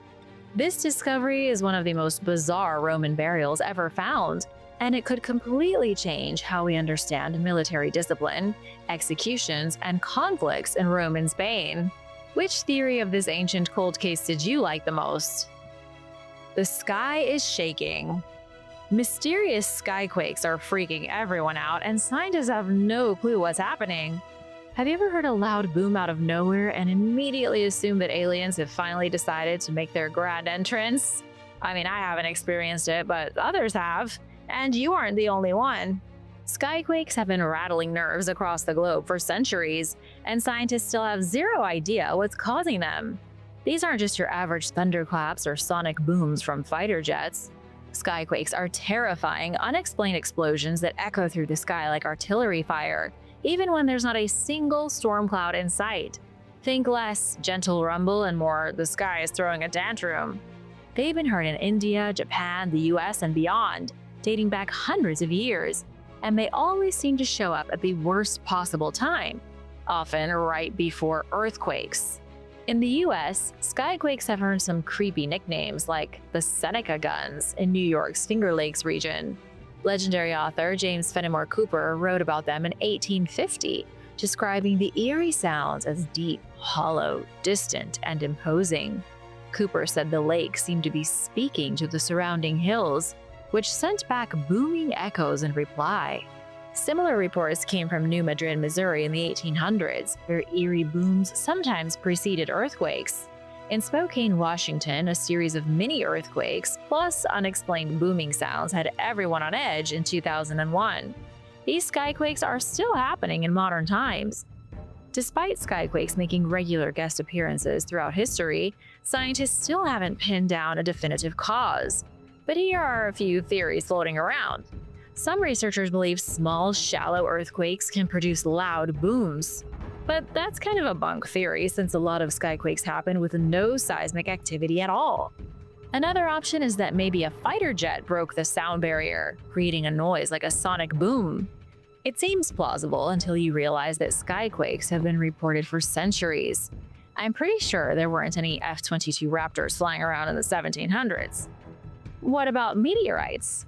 Some believe that skyquakes could be linked to meteor showers. Space rocks? Sure, why not add cosmic debris to the list of suspects? Then again, a 2020 study suggested that skyquakes might be some kind of atmospheric phenomenon, meaning the booms are traveling through the air, not the ground. Even official agencies like the National Weather Service and U.S. Geological Survey are scratching their heads. In 2017, the NWS in Birmingham, Alabama, posted on Twitter that they don't have an answer and can only hypothesize. Have you ever heard a skyquake before? Was it scary? Let me know your experience in the comments. A mysterious creature. Ancient rock art might just prove that a mysterious horned serpent was more than just a legend. I'm not talking about Satan. This horned beast was a real animal that mixes history, science, and wild myth. Archaeologists in South Africa stumbled upon a 200-year-old rock painting. No big deal, right? Ancient people loved to doodle on walls. Only this particular painting depicts a tusked, horned serpent that sounds suspiciously like something straight out of Jurassic Park. It's an animal that looks a lot like a dicynodont, a prehistoric, tusked reptilian creature that, for all scientists know, could have been the grumpiest thing to ever roam the planet. Think about a Komodo dragon with an even worse attitude. Dicynodonts were officially described by scientists in 1845. They lived during the late Permian era from around 270 to 252 million years ago. What's insane is that the ancient rock art made by the indigenous San people predates 1845. So how did the San know about dicynodonts before scientists? Did they actually see one of these creatures? If so, I don't know what would happen to the history books. Dicynodonts died in the Permian extinction, wiped out with almost all other life in the world. These weird creatures lived even before the dinosaurs did. Archaeologist Julien Benoit and his team decided to put on their detective hats, which I assume are fossil-dusted fedoras, and take a deeper look. They found that the painting clearly shows a tusked creature with downward-facing fangs. That's something that no modern African animal has, but dicynodonts did. The painting was discovered near a bunch of tetrapod fossils in South Africa's Karoo Basin, an area practically swimming in Dinosaur remains. The Sand People had long-standing legends about massive, monstrous beasts described as being bigger than elephants or hippos. Benoit and his team suggest that the Sand may have uncovered Dinosaur fossils themselves and, using their impressive imagination, connected them to their existing mythology. In other words, the Sand may have been doing paleontology before paleontology was even a thing. Then again, maybe their ancestors rode around on pre-dinosaur monsters. Which do you like the most? Could ancient oracles really see the future? It is the time of the prophecy. Since the dawn of civilization, humans have been obsessed with the future. It's like that one friend who always wants spoilers for a movie before watching it. And because humans had no Netflix in the past, people relied on prophets and oracles to peek into the future. The question I ask you today is, did these prophecies tell us anything useful? Did Nostradamus, the Maya, a bunch of other ancient visionaries crack the code of our world? Nostradamus wrote down 942 predictions, all in vague, poetic riddles. If he were alive today, he'd probably be writing cryptic tweets and getting 1 million retweets for them. One of his most famous predictions reads, "In the year of the new century, in 9 months, from the sky will come a great king of terror. The sky will burn at 45 degrees. Fire approaches the great new city." Sounds eerie, right? Some say this predicted the 9/11 attacks. Others argue you could twist the words to fit any disaster in history, really. That's the thing with Nostradamus. His predictions are just vague enough to mean just about anything. It's like when you read your horoscope and it says you will face challenges today. Like, wow, that's every single day for every person on Earth. Not very unique at all. If you think today's apocalyptic movies are intense, just crack open the Bible's book of Revelation. This thing is packed with disasters. War, disease, fire, plagues, you name it. And don't forget the 4 horsemen of the apocalypse. People love linking Revelation to global catastrophes. Whenever there's war or famine or pandemics, people point to the Book of Revelation and its prophecies of doom. But according to scholars, the Book of Revelation was never meant to be a cosmic spoiler alert. Rather, it was meant to give early Christians hope. Did the author of Revelation truly see the end of times? The Romans had their oracles too. They weren't just about gladiators and togas. They had mystical women who gave cryptic answers to Rome's biggest questions. When the Roman Senate stressed over a war, oracles would be questioned about possible outcomes. One of the most famous oracles, the Sibylline oracles, had some serious doomsday vibes. They were always going on about disasters caused by greed, corruption, and overall human foolishness. But they were very cryptic in their prophecies, just like Nostradamus. Meanwhile, the Hopi people of North America were dropping prophetic knowledge centuries ago. Their petroglyphs warn of environmental destruction, societal decay, and greed leading to catastrophe. Unlike Nostradamus, who wrote in riddles, the Hopi were very clear. They left behind warnings that to mess up nature and the environment would doom humanity. The secrets of kissing. Scientists have long wondered what the point of smushing our lips together is. That universal, sometimes awkward, mostly pleasant, but often sort of weird thing that humans do, like kissing. You know it. Why do we do it? The reason is so shocking that you may never want to do it again. According to Adriano Lamera, an evolutionary psychologist from the University of Warwick, the answer is simple. Our ancient ancestors were really into grooming each other, so we never stopped. We went from picking bugs to picking up dates. A few million years ago, primates spent a lot of time grooming, picking parasites, dirt, and whatever else out of each other's fur. Casual bonding activities. And sometimes, when fingers weren't enough, they would use their lips to suck out whatever grossness was left behind. Next up, evolution. As our human ancestors lost their fur, grooming became less about hygiene and more about social bonding. According to Lamera's theory, one part of grooming stuck around, the final lip-based moment of contact. The translation here is that grooming turned into kissing, because even after we stopped needing to de-flea each other, it just felt too good to give up. In a way, kissing might be a super simplified version of what our ancient ancestors were doing for millions of years, just without the lice removal part. And here's where things get really strange. Everyone kisses, right? Wrong. People in Western societies do, but not all societies. A 2015 study published in American Anthropologist surveyed 168 cultures. They found that only 46% of them practiced social or romantic kissing. That means more than half the world doesn't smooch, which is shocking when you watch nothing but American media. But what does all this mean, though, scientifically? Kissing might not be as deeply rooted in evolution as scientists thought. It could have been accidentally discovered, like fire, coffee, or that time someone decided to eat the first oyster. Some cultures may have just skipped kissing altogether. Probably the same ones that don't put pineapple on pizza. At the end of the day, scientists still don't know why people kiss. Lemaire's theory makes a lot of sense, especially when you consider that our closest primate relatives, chimpanzees and bonobos, also kiss in their own weird little ways. But even Lemaire admits it's just a theory and he could be completely wrong. The next time you lean in for a kiss, maybe go ahead and check for lice too. You know, just like our ancient ancestors did. Now that's love. Antarctica's secret alien cover-up. Antarctica is the coldest, driest, and windiest continent on Earth. It is so hostile it has no permanent residents, but that doesn't mean that nobody wants it. It is actually very strategically important, and there was almost a war over who would own rights to the land in the 1940s and 50s after World War II. Remember Operation High Jump when the US sent thousands of men, ships, and aircraft to Antarctica?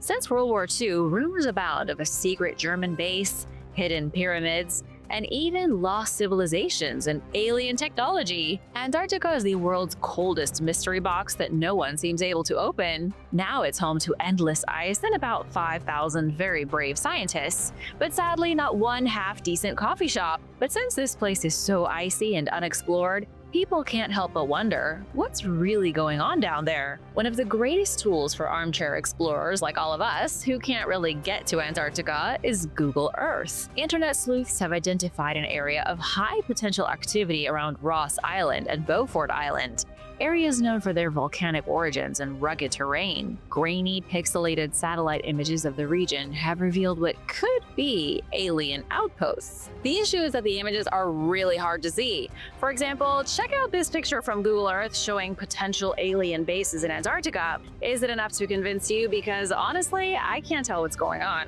It's too blurry. The so-called evidence looks suspiciously like ice flows, rocky peaks, and shadows. Many supposed alien artifacts found in Antarctica have been explained as natural phenomena like unusual rock formations or meteorites. Think of it this way. If you squint hard enough at a satellite image, almost anything can start to look like a flying saucer stuck in the ice. There is no official reliable agency that keeps a record of UFO sightings specifically for Antarctica, but visitors have reported many sightings of strange lights and unusual movements in the sky. Our brains are wired to find patterns, especially ones resembling familiar shapes like faces or objects. So when people spot alien bases in a blurry photo, it might just be a shadow cast by terrain, or an oddly shaped mountain, or an ice formation. Nature can play tricks on you. But something strange has been caught on camera that you might be interested in. Check out this image here. It's a frame from a video posted on YouTube taken of the Antarctic Research Hub Noumea Station 3. Notice the balloon floating over the base. People asked what it was, but no one confirmed that it was just a weather balloon, and so people like UFO expert Russell Tetrault claimed it was extraterrestrial. And he said that the people need to wake up to the fact that we are getting visits from another race. This picture was taken more than a decade ago, and there is still no definitive explanation.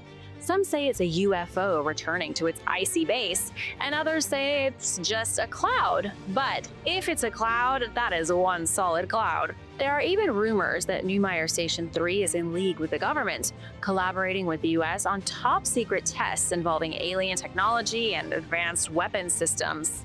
What better place to hide than Antarctica? McMurdo Station is the largest research facility on the continent. It was established by the US government in 1956 and can hold up to 1,200 people. But something strange happened in more recent years.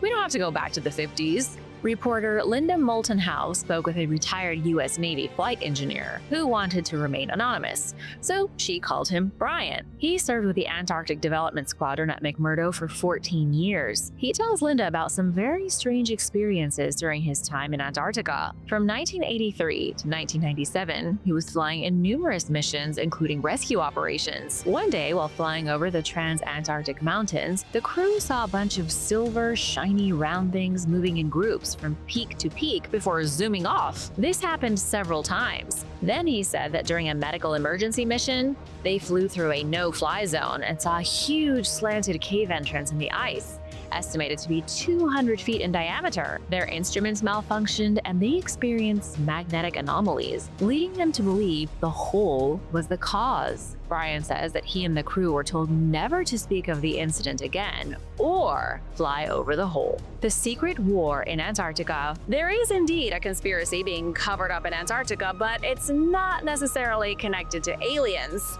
Britain's secret Antarctic war involves polar men, Nazis, and genetically engineered beings.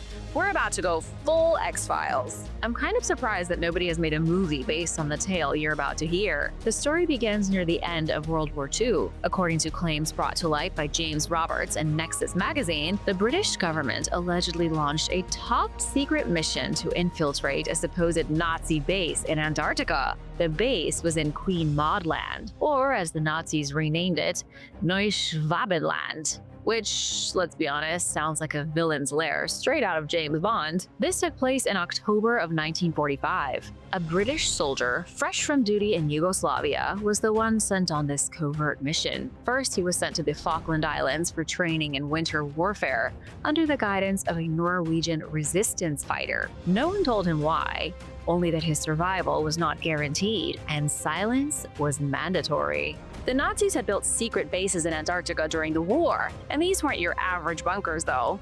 Reports spoke about advanced technology, U-boat docks, and even genetic experiments. The British allegedly believed that the Nazis had begun building a sort of pseudo-scientific city in which they were trying to create genetically modified polar men, not abominable snowmen. They were supposedly super soldiers, just like Captain America, only the Nazi kind, designed to thrive in sub-zero conditions and fight like the Hulk. According to our protagonist's account, the first British unit sent to investigate the Nazis' abandoned strongholds stumbled upon tunnels leading to a vast, artificially lit cavern. Inside, the British soldiers found lakes, Nazi-built hangars, and what can only be described as the beginnings of an underground city. Only 2 men survived the mission to the underground place. Their final radio transmission ended with the ominous words, "The polar men have found us." A second British unit was sent in the footsteps of the first. They were more heavily armed and carried enough explosives to wage a small war. The story goes that they parachuted into Antarctica to finish the job.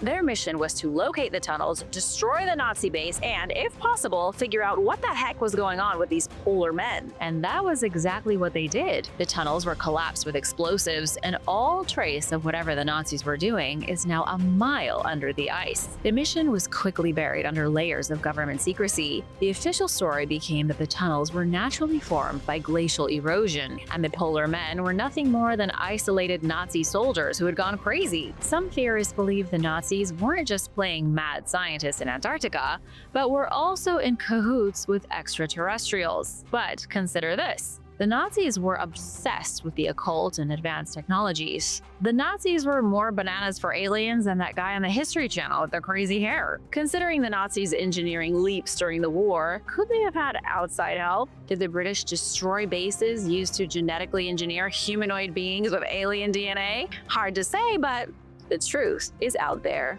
And now for a quick break because it's shout out time. I want to give a big thank you to For the Love of Puzzles, I love puzzles, and LM Forever in Michigan for supporting this channel. Thanks so much for watching and spending time with us. Be sure to subscribe if you haven't already for more videos like this. An aircraft frozen solid. You've heard of Pegasus, the legendary flying horse from Greek mythology, but have you heard of the Pegasus? The aircraft buried in Antarctica for over 50 years? Let me tell you the story of how this plane got to its frozen grave. So this is the tale of braving the bone-chilling cold of Antarctica. October 8th, 1970, the Pegasus took off from Christchurch Airport, New Zealand on what should have been a straightforward 10.5-hour hop to McMurdo Station, Antarctica. But Mother Nature had other plans, as she so often does. The flight literally went south. Pegasus, a Lockheed C-121 Constellation, crash-landed in the ice and is still there to this very day. Can you imagine being on that plane? A 10-hour flight suddenly turning into a life-or-death situation? There were 12 crew members and 68 passengers. They inadvertently flew into the worst whiteout any of them had ever seen. They couldn't exactly turn back. Going home wasn't an option. There simply wasn't enough fuel. Commander Grau, cool as ice, tried landing the plane not once, not twice, but 5 different times. That was 5 failed attempts in blinding snow and howling winds. Talk about persistence. On the final try, the plane skidded onto the icy runway, but not without some drama. The right landing gear hit a snowdrift and just gave out, causing the plane to spin like a giant 30-ton figure skater. Despite the wild landing, all 80 people on board walked away alive, and by a miracle, there were no major injuries. Can we just pause to appreciate that? I stubbed my toe on a coffee table and I'm down for the count, but these folks survived a plane crash in Antarctica. But the Pegasus didn't do so well. Fast forward more than 50 years, and the Pegasus is still chilling at the crash site like that forgotten tub of ice cream in the rear of your freezer, half buried in snow and ice. The spot is now called Pegasus Field, named after the plane. Though the field was used as a runway for years, it retired in 2014 because it's pretty much melted. Hard to believe, I know. Today, researchers and occasional tourists dig around the aircraft to snap a few pics. It's one of the only roadside attractions in Antarctica. Next time you're in the area, check it out and be sure to tag me. The Forgotten Civilizations. Did you know that nearly 98% of Antarctica is buried under an ice sheet that is up to 3 miles thick? That is so much ice that even if Japan's Mount Fuji, which is a whopping 12,400 feet tall, tried to peek out, it couldn't reach the top. I'm saying the ice is thick enough to completely bury Mount Fuji. Oh, and the weather? Forget your puffy coat. Those goose feathers won't protect you from the sub-zero temperatures. In Antarctica, you need something NASA grade to wear. Temperatures regularly plunge below minus 50 degrees Fahrenheit, with winds that could knock you over at 200 miles per hour. Just another day in paradise, right? Jonathan Young, founding curator of the Joseph Campbell Archives, calls the continent the true last frontier. And he's got a point. Despite being discovered nearly 250 years ago, we still know shockingly little about it. But many scientists agree there is more going on than meets the eye. In July 2018, investigative journalist Linda Moulton Howe interviewed a retired Navy SEAL, known only as Spartan 1. Under a thick cloak of anonymity, he spilled the beans about a mysterious mission that took place in August 2003. According to Spartan 1, his team was sent on a covert operation to Antarctica. Here we go again. Spartan 1's mission was officially reconnaissance. Unofficially, it was to track down something unknown. When they arrived in Antarctica, the team stumbled upon an enormous octagonal structure jutting out of the ice. Picture a giant alien igloo, but way cooler. The team cautiously entered the structure, which was mostly buried under ice. The first thing that stood out? Massive doors, 18 to 30 feet thick. Yet they opened with the effort of a single finger. Once inside, the team was hit with another shocker. The temperature was a cozy 68 to 72 degrees Fahrenheit, while it was minus 40 degrees Fahrenheit outside. And get this, the whole place glowed with an eerie lime green light, but there was no visible source. The walls were covered in strange hieroglyphics that Spartan 1 couldn't identify. They weren't Egyptian or Mayan. These linguistic symbols on the wall came from someone or something else entirely. Like so many stories involving a cover-up, I can't confirm that what I just told you is the truth. All I can do is tell you the information and let you make up your mind. William Henry, author and investigative mythologist, suggests that under all of the Antarctic ice, there might be ancient biological remains, stone temples, and who knows what else. If true, it could be the biggest revelation in human history. Was Atlantis in Antarctica? It's time for one of the world's juiciest mysteries. There is a chance that scientists have been looking in the wrong spot all of these years for the legendary city of Atlantis. It is not beyond the Pillars of Hercules at the end of the Mediterranean Sea. It might be in Antarctica. Why has the story of Atlantis lasted for so long? The tale likely spread through Arab geographers like an idea plague, traveling from port to port along the Red Sea. The fable was a form of ancient gossip, treated like gold or exotic spices, but with a lot more divine punishment and catastrophic flooding. Plato's works Timaeus and Critias describe Atlantis as a utopia that went off the rails. The sin and arrogance of the Atlanteans angered the gods, leading to their spectacular demise through earthquakes and floods. Most Atlantis hunters these days scour the ocean floor looking for signs of the ancient city, but not the late author and professor Charles Hapgood. He believed the lost city might not be underwater at all. He believed it was hiding in plain sight as the entire continent of Antarctica. Hapgood didn't just think Antarctica was home to Atlantis. He thought the entire frozen piece of land was Atlantis. It was his firm belief that under the ice is a metropolis of such grandeur that when it's finally found, nobody will ever talk about Tutankhamun's tomb again. Okay, cool, but how? Antarctica isn't exactly around the corner from Greece. According to Hapgood, Earth's crust did a sudden shimmy known as crustal displacement, and this tropical paradise got yeeted into the icy southern pole we know today. Atlantis was transported by the moving crust of the planet to a completely different location. It may sound completely insane, but Albert Einstein himself thought that Hapgood might be onto something. The guy who literally rewrote the rules of the universe gave Hapgood's theory of crustal displacement a thumbs up. That is eerily convincing, but no one knows if it's true. Not to be a Debbie Downer, but modern investigations into plate tectonics have poured some cold water on Hapgood's theory. Antarctica's icy cover has been there for millions of years. What's your take on the controversy? Could Atlantis really be buried under Antarctica's frosty facade? Or maybe another different civilization? Let me know your thoughts. Imminent doom in Antarctica. We are in big trouble. Imagine an ice cream cone on a hot day. The hotter it gets, the faster it melts down your hand and gets you all sticky. Well, scientists have found that the same thing is happening in Antarctica. Only the melting Antarctic ice is stirring up explosives. It is bigger than big. We are in huge, scary, intense trouble. Scientists have identified over 100 hidden volcanoes on the brink of erupting, and there is nothing humans can do to stop this disaster.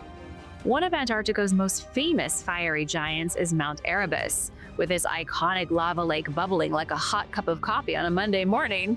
While this one gets a lot of attention, there's a whole bunch of other volcanoes lurking beneath the ice, just waiting for their moment to shine, or more accurately, their moment to erupt. The hotter the climate gets, the closer the hidden volcanoes are to blowing their tops. Scientists have been stressing the dangers of rising sea levels for years, but this new threat has them in full-blown panic mode. Here's the science behind it. The volcanoes are quietly sitting under heaps of ice, and all that ice is extremely heavy. When the weight of the ice melts away, it's like taking a backpack off a tired hiker. The pressure is relieved and then boom, magma starts to expand.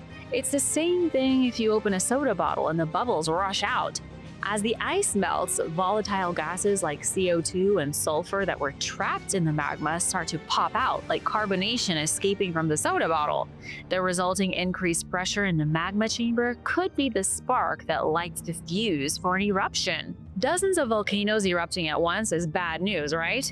The only good thing is that the eruptions won't be like your classic Hollywood volcano, with lava streaming down the sides and ash clouds filling the sky. These volcanoes are subglacial, meaning they are hidden beneath thick layers of ice, out of sight. But don't let that fool you. Even though they are hidden, they can still pack a punch. The heat from these eruptions can melt the ice from below, weakening the Antarctic ice sheet and creating a feedback loop that keeps the volcanoes active. Eventually, the active volcanoes won't be subglacial anymore. Then they'll be spewing ash into the atmosphere, which has a good chance of causing a natural nuclear winter. Bye-bye crops, hello end of the world. Luckily, the process could take hundreds of years to really get going. We probably won't see the Antarctic cataclysm, but future generations will live in a world where Antarctica is a land of fire instead of ice. Death in the ice. The shocking deaths of 56 million people have been found preserved in the ice of Antarctica. History is frozen in its terrifying tracks. The discovery is all thanks to something you're not going to expect: tiny bubbles. Antarctica is a place so cold you'd be lucky to survive without a heated blanket inside your heated sleeping bag. All that ice keeping the continent cold amazingly contains the secrets of the world. Bubbles frozen into layers of ice hold the records of everything from volcanic eruptions to major historical events. Have you ever wondered how scientists can know what the Earth was like hundreds of thousands of years ago? It's not like they have a crystal ball or a time-traveling device. They have to rely on ice cores. Ice cores are frozen columns of history packed with little itty-bitty air bubbles. The bubbles have been trapped for centuries, even millennia. As snow falls in Antarctica, it compresses into ice, locking in everything from volcanic ash to gases like carbon dioxide.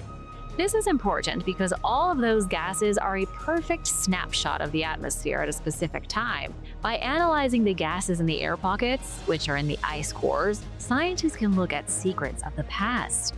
Sometimes those secrets are more horrifying than anyone is prepared for.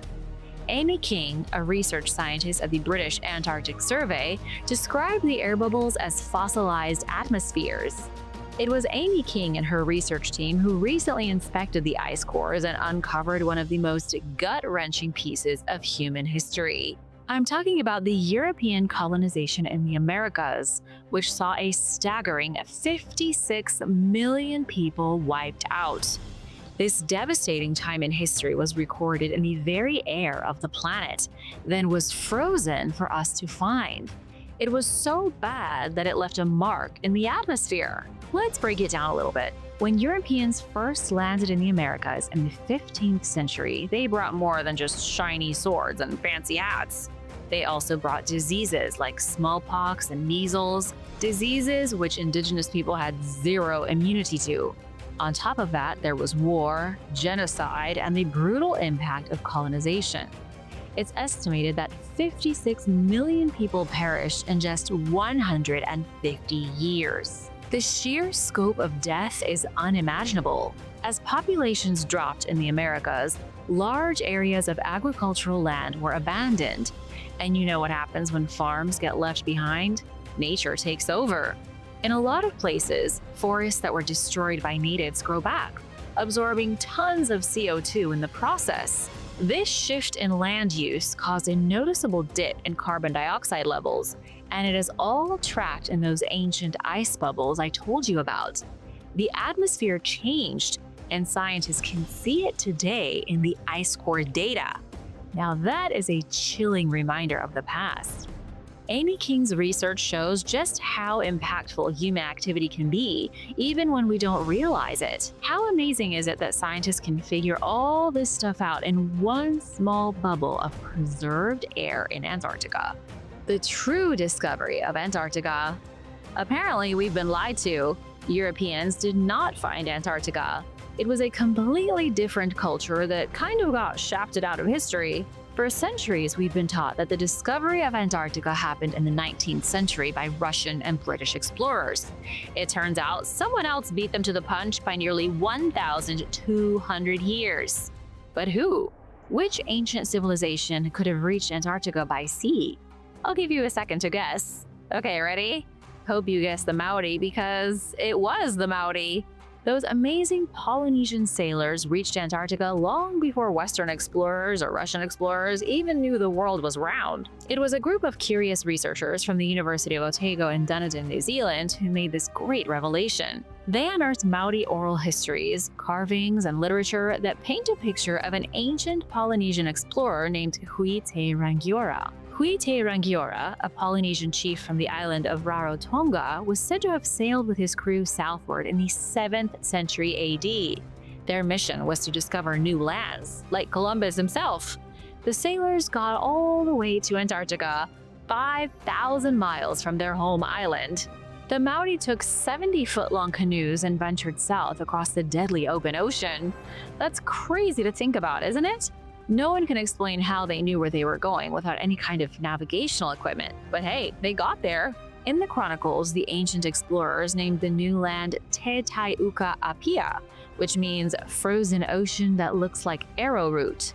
One famous description from Huite Rangiora's journey says they found a foggy, misty, dark place not seen by the sun. There is growing evidence that what I just told you is the real history of Antarctica, as opposed to the old history. According to the traditional narrative, Russian explorer Fabian von Bellingshausen is credited with first spotting Antarctica in 1820.